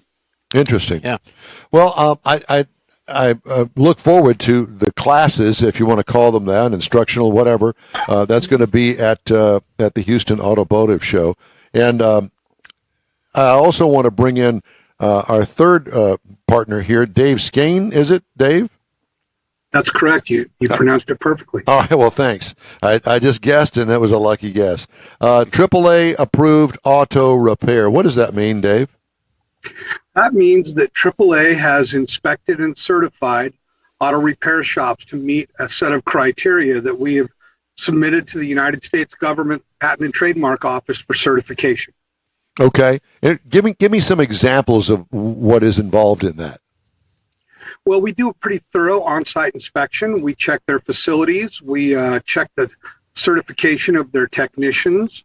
We ensure they're using good parts and that they're providing a good warranty. We expect them to be accountable and to assist motorists, or specifically members, once a AAA member goes there, and help them resolve any concerns that may arise. So it's meant to be a great umbrella of protection for motorists and members to go to a AAA shop and know that their car will be well serviced and taken good care of while it's there. How many service facilities are approved in the state of Texas? Do you know? Yeah, there are about 450 all in across the state. Gotcha. And there's a list of them that you can find on AAA? Absolutely. You could go to our website, AAA.com, and go to the automotive section and immediately find a AAA approved auto repair location. And they're spread out all over the state. We have more of them in, metro areas like Houston and Dallas, but they're everywhere. Even in West Texas, in the middle of nowhere, we've got some. Have you got any in Fort Stockton? I can't remember the cities by name, all of them, but you can easily find one. When you use the tool to locate them, you can put in what brand of vehicle you want service on and change your radius from 5 miles up to 100 and find a AAA shop near you. Okay. Interesting. Okay. Now, Kara, I'm going to throw this out there. You may know the answer to this, and if not, maybe you can pass it on to Dave. I don't know, but I'm going to kind of date myself here. All right. Does AAA still offer a thing called TripTik? We do. You do? Oh yeah. All three of them are saying yes. So they know what that is. We all know what it is. Well, we do. I know. We're all because back. I remember it from years and years ago. I will have to tell you. So way back when I was a kid, and we would take trips from Wisconsin to Alabama mainly. We were members of AAA, and you'd call AAA and say, "I'm going to take a trip. We're going to go from Milwaukee, Wisconsin to Birmingham, Alabama." And they'd say why. They didn't say why. But we went to see Aunt Virginia and Uncle Jimmy and all the other people that are in my mother's side of the family. Anyway, I don't know, a few days later in the mail, they'd get this, what we would call a reporter's notebook size TripTik. And obviously there was no internet or anything like that. Right. And you would, there's the map. There was barely electricity back then. Thank you. By candlelight. There was, and I enjoyed it as a kid because I could follow along and see where we were going. Absolutely. And it highlighted the route that we were taking on each page. And once you get done with that page, flip it over, and there's it continues on. And they obviously did it back. And there were parameters that you'd answer questions as to, do you want the scenic route? Do you want the fast route kind of thing? And if there was a choice, you put that down there, and then they would highlight the things to see along the way. Right, exactly. Stops. And so you still offer that service? We do. If you go into any branch, they can prepare one of those for you. We also have now an app that you can download, and it can, like any other map, it will map your route to your destination, and you can find gas stations. You can find the cheapest gas along the way. You can find AAA approved hotels and things like that offer a discount for members, and you can find all that in the app as well. That's funny you should say that, because you just jogged that memory too, because we used to see signs, not so much anymore, maybe it's because I just don't look for them, AAA approved motels along the way. Yep. Oh yeah. Yep. Well, we call that the Diamond program now. So that's also something that folks can go ahead and log on to AAA and find an approved, Diamond approved hotel, restaurant. It's actually a really neat system. And I've actually done some media pieces with there are inspectors. There are folks who actually still physically go out, stay at the hotels, dine at the restaurants, and that's how we get the Diamond Awards. So all of that also available on the TripTik function on the AAA mobile app, Apple Store, Google Play. Download it. Also, really easy online, AAA.com/TripTik. Free for anybody to use. I would rather have the book I would rather do the book, old school book. And didn't that get started from when Michelin did their hotel and travel, when Michelin did their Diamond Award type functions? I'm not entirely sure of the history on that. I don't know if Dave happens to know. He's been with the club a little Yeah, bit. hey, Dave, you're old guy. Dave, you're an old guy like us. Do you know anything? I said Dave has more Yeah. knowledge. I am part of that politically correct group that we were referring to earlier. I'm getting up there for sure. But you know what I'm I don't saying? know The which Michelin one did came it first. We've been doing these a really long time, and I don't know if Michelin beat us or we beat Michelin, but we've been doing this a very long time. I have a map in my office from roughly 1917. It has 2 items on it. It has AAA garages and AAA branch offices. So we've been helping members with referrals to garages and motels and hotels for a very long time. How cool is And that? we actually do have an archivist in-house. Maybe that's a whole different segment for you guys, but we actually have an archivist in-house based in Los Angeles. His name's Morgan, and he's got a whole host of cool stuff. He's actually done some TV segments on how basically the road trip has come to be. So I'm pitching another AAA segment coming up. There for a you go. future show. Yeah, we like that. You know, the other thing is too. I don't know whether most people know it or not, but AAA stands for American Automobile Association, and I think that your company started as just that. It wasn't an insurance company. It wasn't one thing. It was to help motorists across the United States. Since 1902, AAA has been a leader and advocate for the motorist and safe mobility. Actually, we've got 63 million members across North America. Membership. Sorry, I got to go into the pitch now. But when we talk about membership, the thing that we're really most known for is roadside assistance, right? We rescue millions of people every year all across the country. And we've also got here in Texas, we've got 7 AAA branches in the Houston area, 9 to 5, Monday through Friday, 10 to 2 on a Saturday. Stop by and talk to a membership services folks. They can help you with the triptych. We've also got a full service travel agency in our branches, as well as insurance agency as well. So we're a one-stop shop. We've even got in certain counties, we do have registration renewal that you can do for your vehicle. We've got all kinds of stuff, getting your passport, your international driver's license. So anything you want to do as far as travel and motoring goes, AAA is here for you. I've got a quick fun fact. I'm a member of AAA, and I'll take my expired or the past AAA card that you carry. I was going to say, how many years do we got? Probably it's almost 30. Okay, yeah. Nice. But nevertheless, I would take the expired card and I would take it to the drag strip and have Robert Height sign it or John Force sign it because they're AAA of Texas. Right. They're sponsorship. So I've got those on a wall with pictures of all my expired AAA cards with their autographs on. You've been hiding that from me. Well, I'll show you. You're a stalker. How come it's not up here on the wall? I can do that. Yeah. Yeah, we need to do that. Well, it's just small. They're small cards. That's okay. That's all right. Absolutely. We can point to them. Yeah. Yeah, we can Anyway, point. just a little fun fact. Just kind of like we do to him. We just point at him. See there? One more comment about triptychs, guys, before I forget.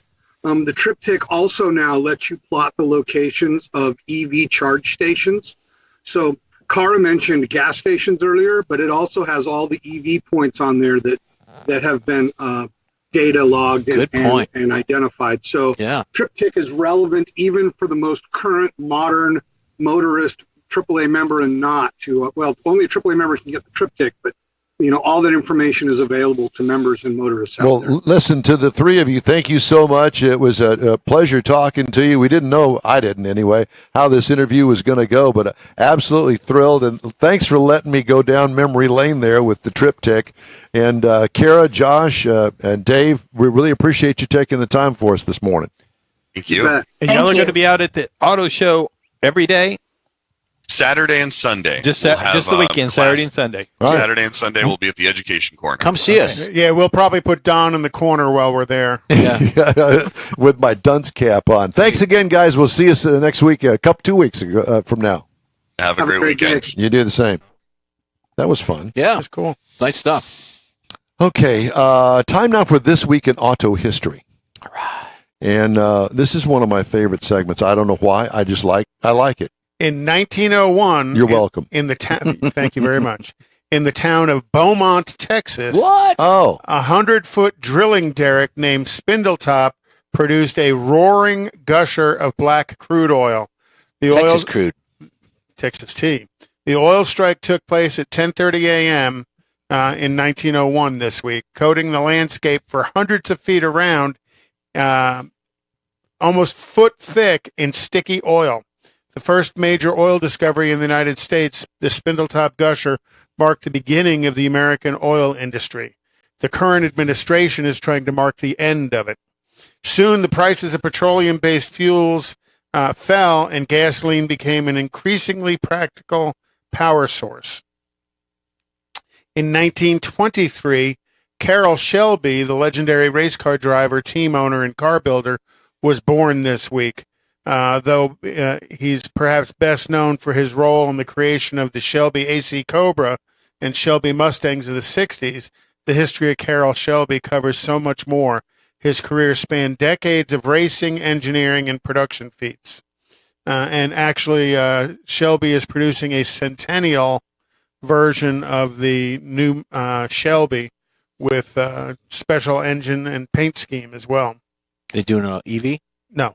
A centennial version. Yeah, and they're only building 100 of them. Well, obviously with 100. So kind of cool. Okay. You know, if you're a collector of those cars, that's going to be highly sought after. In 1942, Ford Motor Company this week signed on to make Jeeps, the new general purpose GP military vehicles desperately needed by the American forces in World War II. The original Jeep design was submitted by the American Bantam Car Company. The Willis Overland Company won the Jeep contract, however, using a design similar to Bantam's, but with certain improvements. The Jeep was highly in high demand during the wartime, and Ford soon stepped up to lend its huge production operations to build them. The catchy name, some say it comes from the initials GP or general purpose. Others say it was the name for Jeep, the moon dog, the spunky and durable creature who accompanied Popeye through the comics. That's what I was thinking. There were a total of 640,000 Jeeps made during the World War II period of 1942 to 1945. 360,000 by Willis, 270,000 by Ford, and only 10,000 by Bantam. There were a total of 9 variations of the Jeep over that 4-year period. In 1953, the Chevrolet Corvette was introduced as a show car at New York's Waldorf Astoria. The car became an American classic almost instantly, sporting a fiberglass body that didn't look anything like anything else on the road. Although some buffs criticized the sports car for being underpowered, that didn't stop the Corvette from speeding off the showroom floors. Chevrolet built 300 of the 1953 Corvettes, and there's approximately 225 of them have been identified and known to still exist today. Why was it underpowered? Because it was an inline 6-cylinder that powered the Corvette. The Blue Flame 6. Blue Flame 6.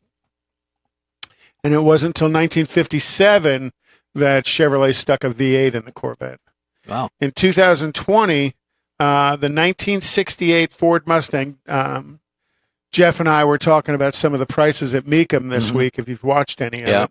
In 2020, the 1968 Ford Mustang, driven by Steve McQueen in the movie Bullet, was sold for $3.74 million at the Mecum auction. And it had been ragged out. Yeah, it was clapped a sad out. story behind it. In my opinion, sad story. Yep. So, this week in auto history. Thank you, sir. Annual U.S. light vehicle sales ended at 13.865 million. Horrible. Down 8% from 2021, which wasn't a banner year either, according to Automotive News Research and Data Center. A significant decline from the 17.1 million sales in 2019 before COVID hit. It's ugly out there. And still, they're having problems making cars because of the supply chain issues. Bobby Sparkman's on, and he said they still have a few tickets Slots left. Still a few slots left. So you want to go to their Facebook page. Bruce West, sign up. So what Conrad is referring to is the Hot Rod Tour of Texas. Correct. not everybody knows Bobby's name. I know that Bobby thinks that everybody does, but we do. His wife knows his Apparently, name. Conrad thinks everybody does. Yeah, too. apparently so. Yeah. We all know Conrad. So there's been some recalls this week. BMW X5 2023 brand new driver's seat backrest is missing a bolt. High battery ECU may interrupt power on the BMW i4, the i7, and the iX. Those are their electrics, 22 to 23 model years. Lincoln Aviator and Lincoln Corsair for 2020 through 2023. Seatbelt warning system may malfunction. Every Mercedes known to man, beginning in the and he was waiting for it. I was waiting. in the year 2012 through the current model year, being recalled. Engine stall from water intrusion into the vehicle. Yikes. We keeping you up? Water We're not keeping you up, are we? I wonder if the water intrusion's getting into the power control module. 12-volt battery cable may short circuit in the Volkswagen ID4 for 2023. Thermal event? In a market where used cars are a precious commodity for dealers, sellers looking to squeeze every penny out of them are getting more brazen. Carfax reported in December that more than 1.9 vehicles on the road had rolled back odometers, a 7% increase from the previous year. Carvana has been busy. How many? Barely so. How many? So aren't most of them digital now? 1.9. Yes. The largest increases were seen in Texas, Florida, and Arizona, which each had double-digit jumps. Many people think odometer fraud disappeared with the invention of the digital odometers. Emily Voss, Public Relations Director at Carfax, said, but that couldn't be further from the truth. We're still seeing the number of vehicles on the road with a rollback odometer rise year over year. 1.9 million. Carfax estimates consumers lose on average of $4,000 in value from unknowingly buying a car with a rolled back odometer, and that doesn't include unexpected maintenance costs. Buyer beware. Carfax. Carfax, yep. So, at any rate, let's see. There was one other story I wanted to get in if I could. Wholesale used car prices rise slightly in December, but more declines are possible for this year. So there's that. So hold on just a second. I'm sorry, I don't mean to cut you off, but yes, you did. okay, I just did. All right, time now for a quick break, and we'll wrap things up on the In Wheel Time Car Talk Show right after this. Some things just belong together. Chips and queso, beer and barbecue, and the Auto Show and Boat Show. January 25th to 29th at NRG Center. One ticket, two great shows. Climb Jeep Mountain, board your dream boat, get the kids hooked on fishing at the trout pond, and join Evolve on an EV test drive, including the Ford Lightning. See all the latest models at the Houston Automotive Show. January 25th to 29th. Buy early and save at automotiveshow.com. Your friends and hosts of the quarterly Tailpipes and Tacos Cruise In at the Lupi Tortilla in Katy want to thank you for your participation in last year's events and look forward to more in 2023. You'll hear about them all right here and online soon. Next time you're in the West Houston Energy Corridor area, be sure to stop in at the original Lupi Tortilla Tex-Mex near I-10 and Highway 6 or at the Katy location on the Grand Parkway at Kingsland Boulevard. In Beaumont or College Station, you'll want to stop in and have Lupi's award-winning beef fajitas and frozen margaritas. There's always a celebration at Lupi Tortilla. Lupi founder Stan Holt and his wife Sheila are car people through and through. Both are winning racers on the NHRA drag racing circuit and have a collection of hot rods and classics that everyone appreciates. You'll see them at the next Tailpipes and Tacos Cruise In the spring at the Lupi Tortilla Tex-Mex on 99, the Grand Parkway, and Kingsland Boulevard, just south of I-10 and Katy. We'll give you all the details soon right here on the In Wheel Time Car Talk Show and online. The award-winning In Wheel Time Car Talk Show is available on the most popular podcast channels out there in 30-minute episodes. We realize our 3-hour live show can be difficult to catch in its entirety, so now you can listen every day to a convenient, fresh 30-minute episode. Check us out on Apple Podcasts, Spotify, Google Podcasts, Amazon Music, and Audible, along with a dozen more. In Wheel Time has the most informative automotive guest interviews and new car reviews, along with popular features including Conrad's Car Clinic and This Week in Auto History, along with automotive news headlines. Our live broadcast airs every Saturday, 8 to 11 Central on InWheelTime.com, the iHeart app, and on YouTube. Be sure to say hello when we're broadcasting from the Tailpipes and Tacos Cruise In, Autorama, and the Houston Auto Show, among others. Now, it's easier than ever to hear about all things automotive all week long. You're invited to join fellow car enthusiasts in becoming part of the ever-growing In Wheel Time Car Talk family. Don't forget those 30-minute podcast episodes on your favorite podcast channel. Well, that's a wrap for this week's In Wheel Time Car Talk Show. When you're on Facebook, check out our page, give us a like, tell your friends about us if you will, and share our junk, please. You'll get Conrad's Unicorn hunting features all week long, including all things automotive. That includes new car reviews, upcoming events, cruise-ins, racing events, and other informative and entertaining goodies. You can find the In Wheel Time Car Talk Show 24/7 on the iHeartRadio app. Be sure to catch In Wheel Time Car Talk on our live video stream on Facebook, YouTube, and InWheelTime.com every Saturday, 8 to 11 Central Time. Daily 30-minute podcasts available from over a dozen of the most popular podcast providers. The In Wheel Time Chief Engineer is David Ainsley. Our Marketing Advertising Manager and Video Technical Director is We Need More, Jeff Zekin. For Booking Agent and Podcast Editor, Mike Mars, and Mr. Know-It-All, his royalty King Conrad DeLong, I'm Don Armstrong. Be sure and join us for our next live 3-hour In Wheel Time Car Talk Show Saturday, January 21, 2023, beginning at 8 a.m. Central Time on all of our In Wheel Time Car Talk outlets. Have yourself a great weekend. Stay safe, and we'll visit again next week.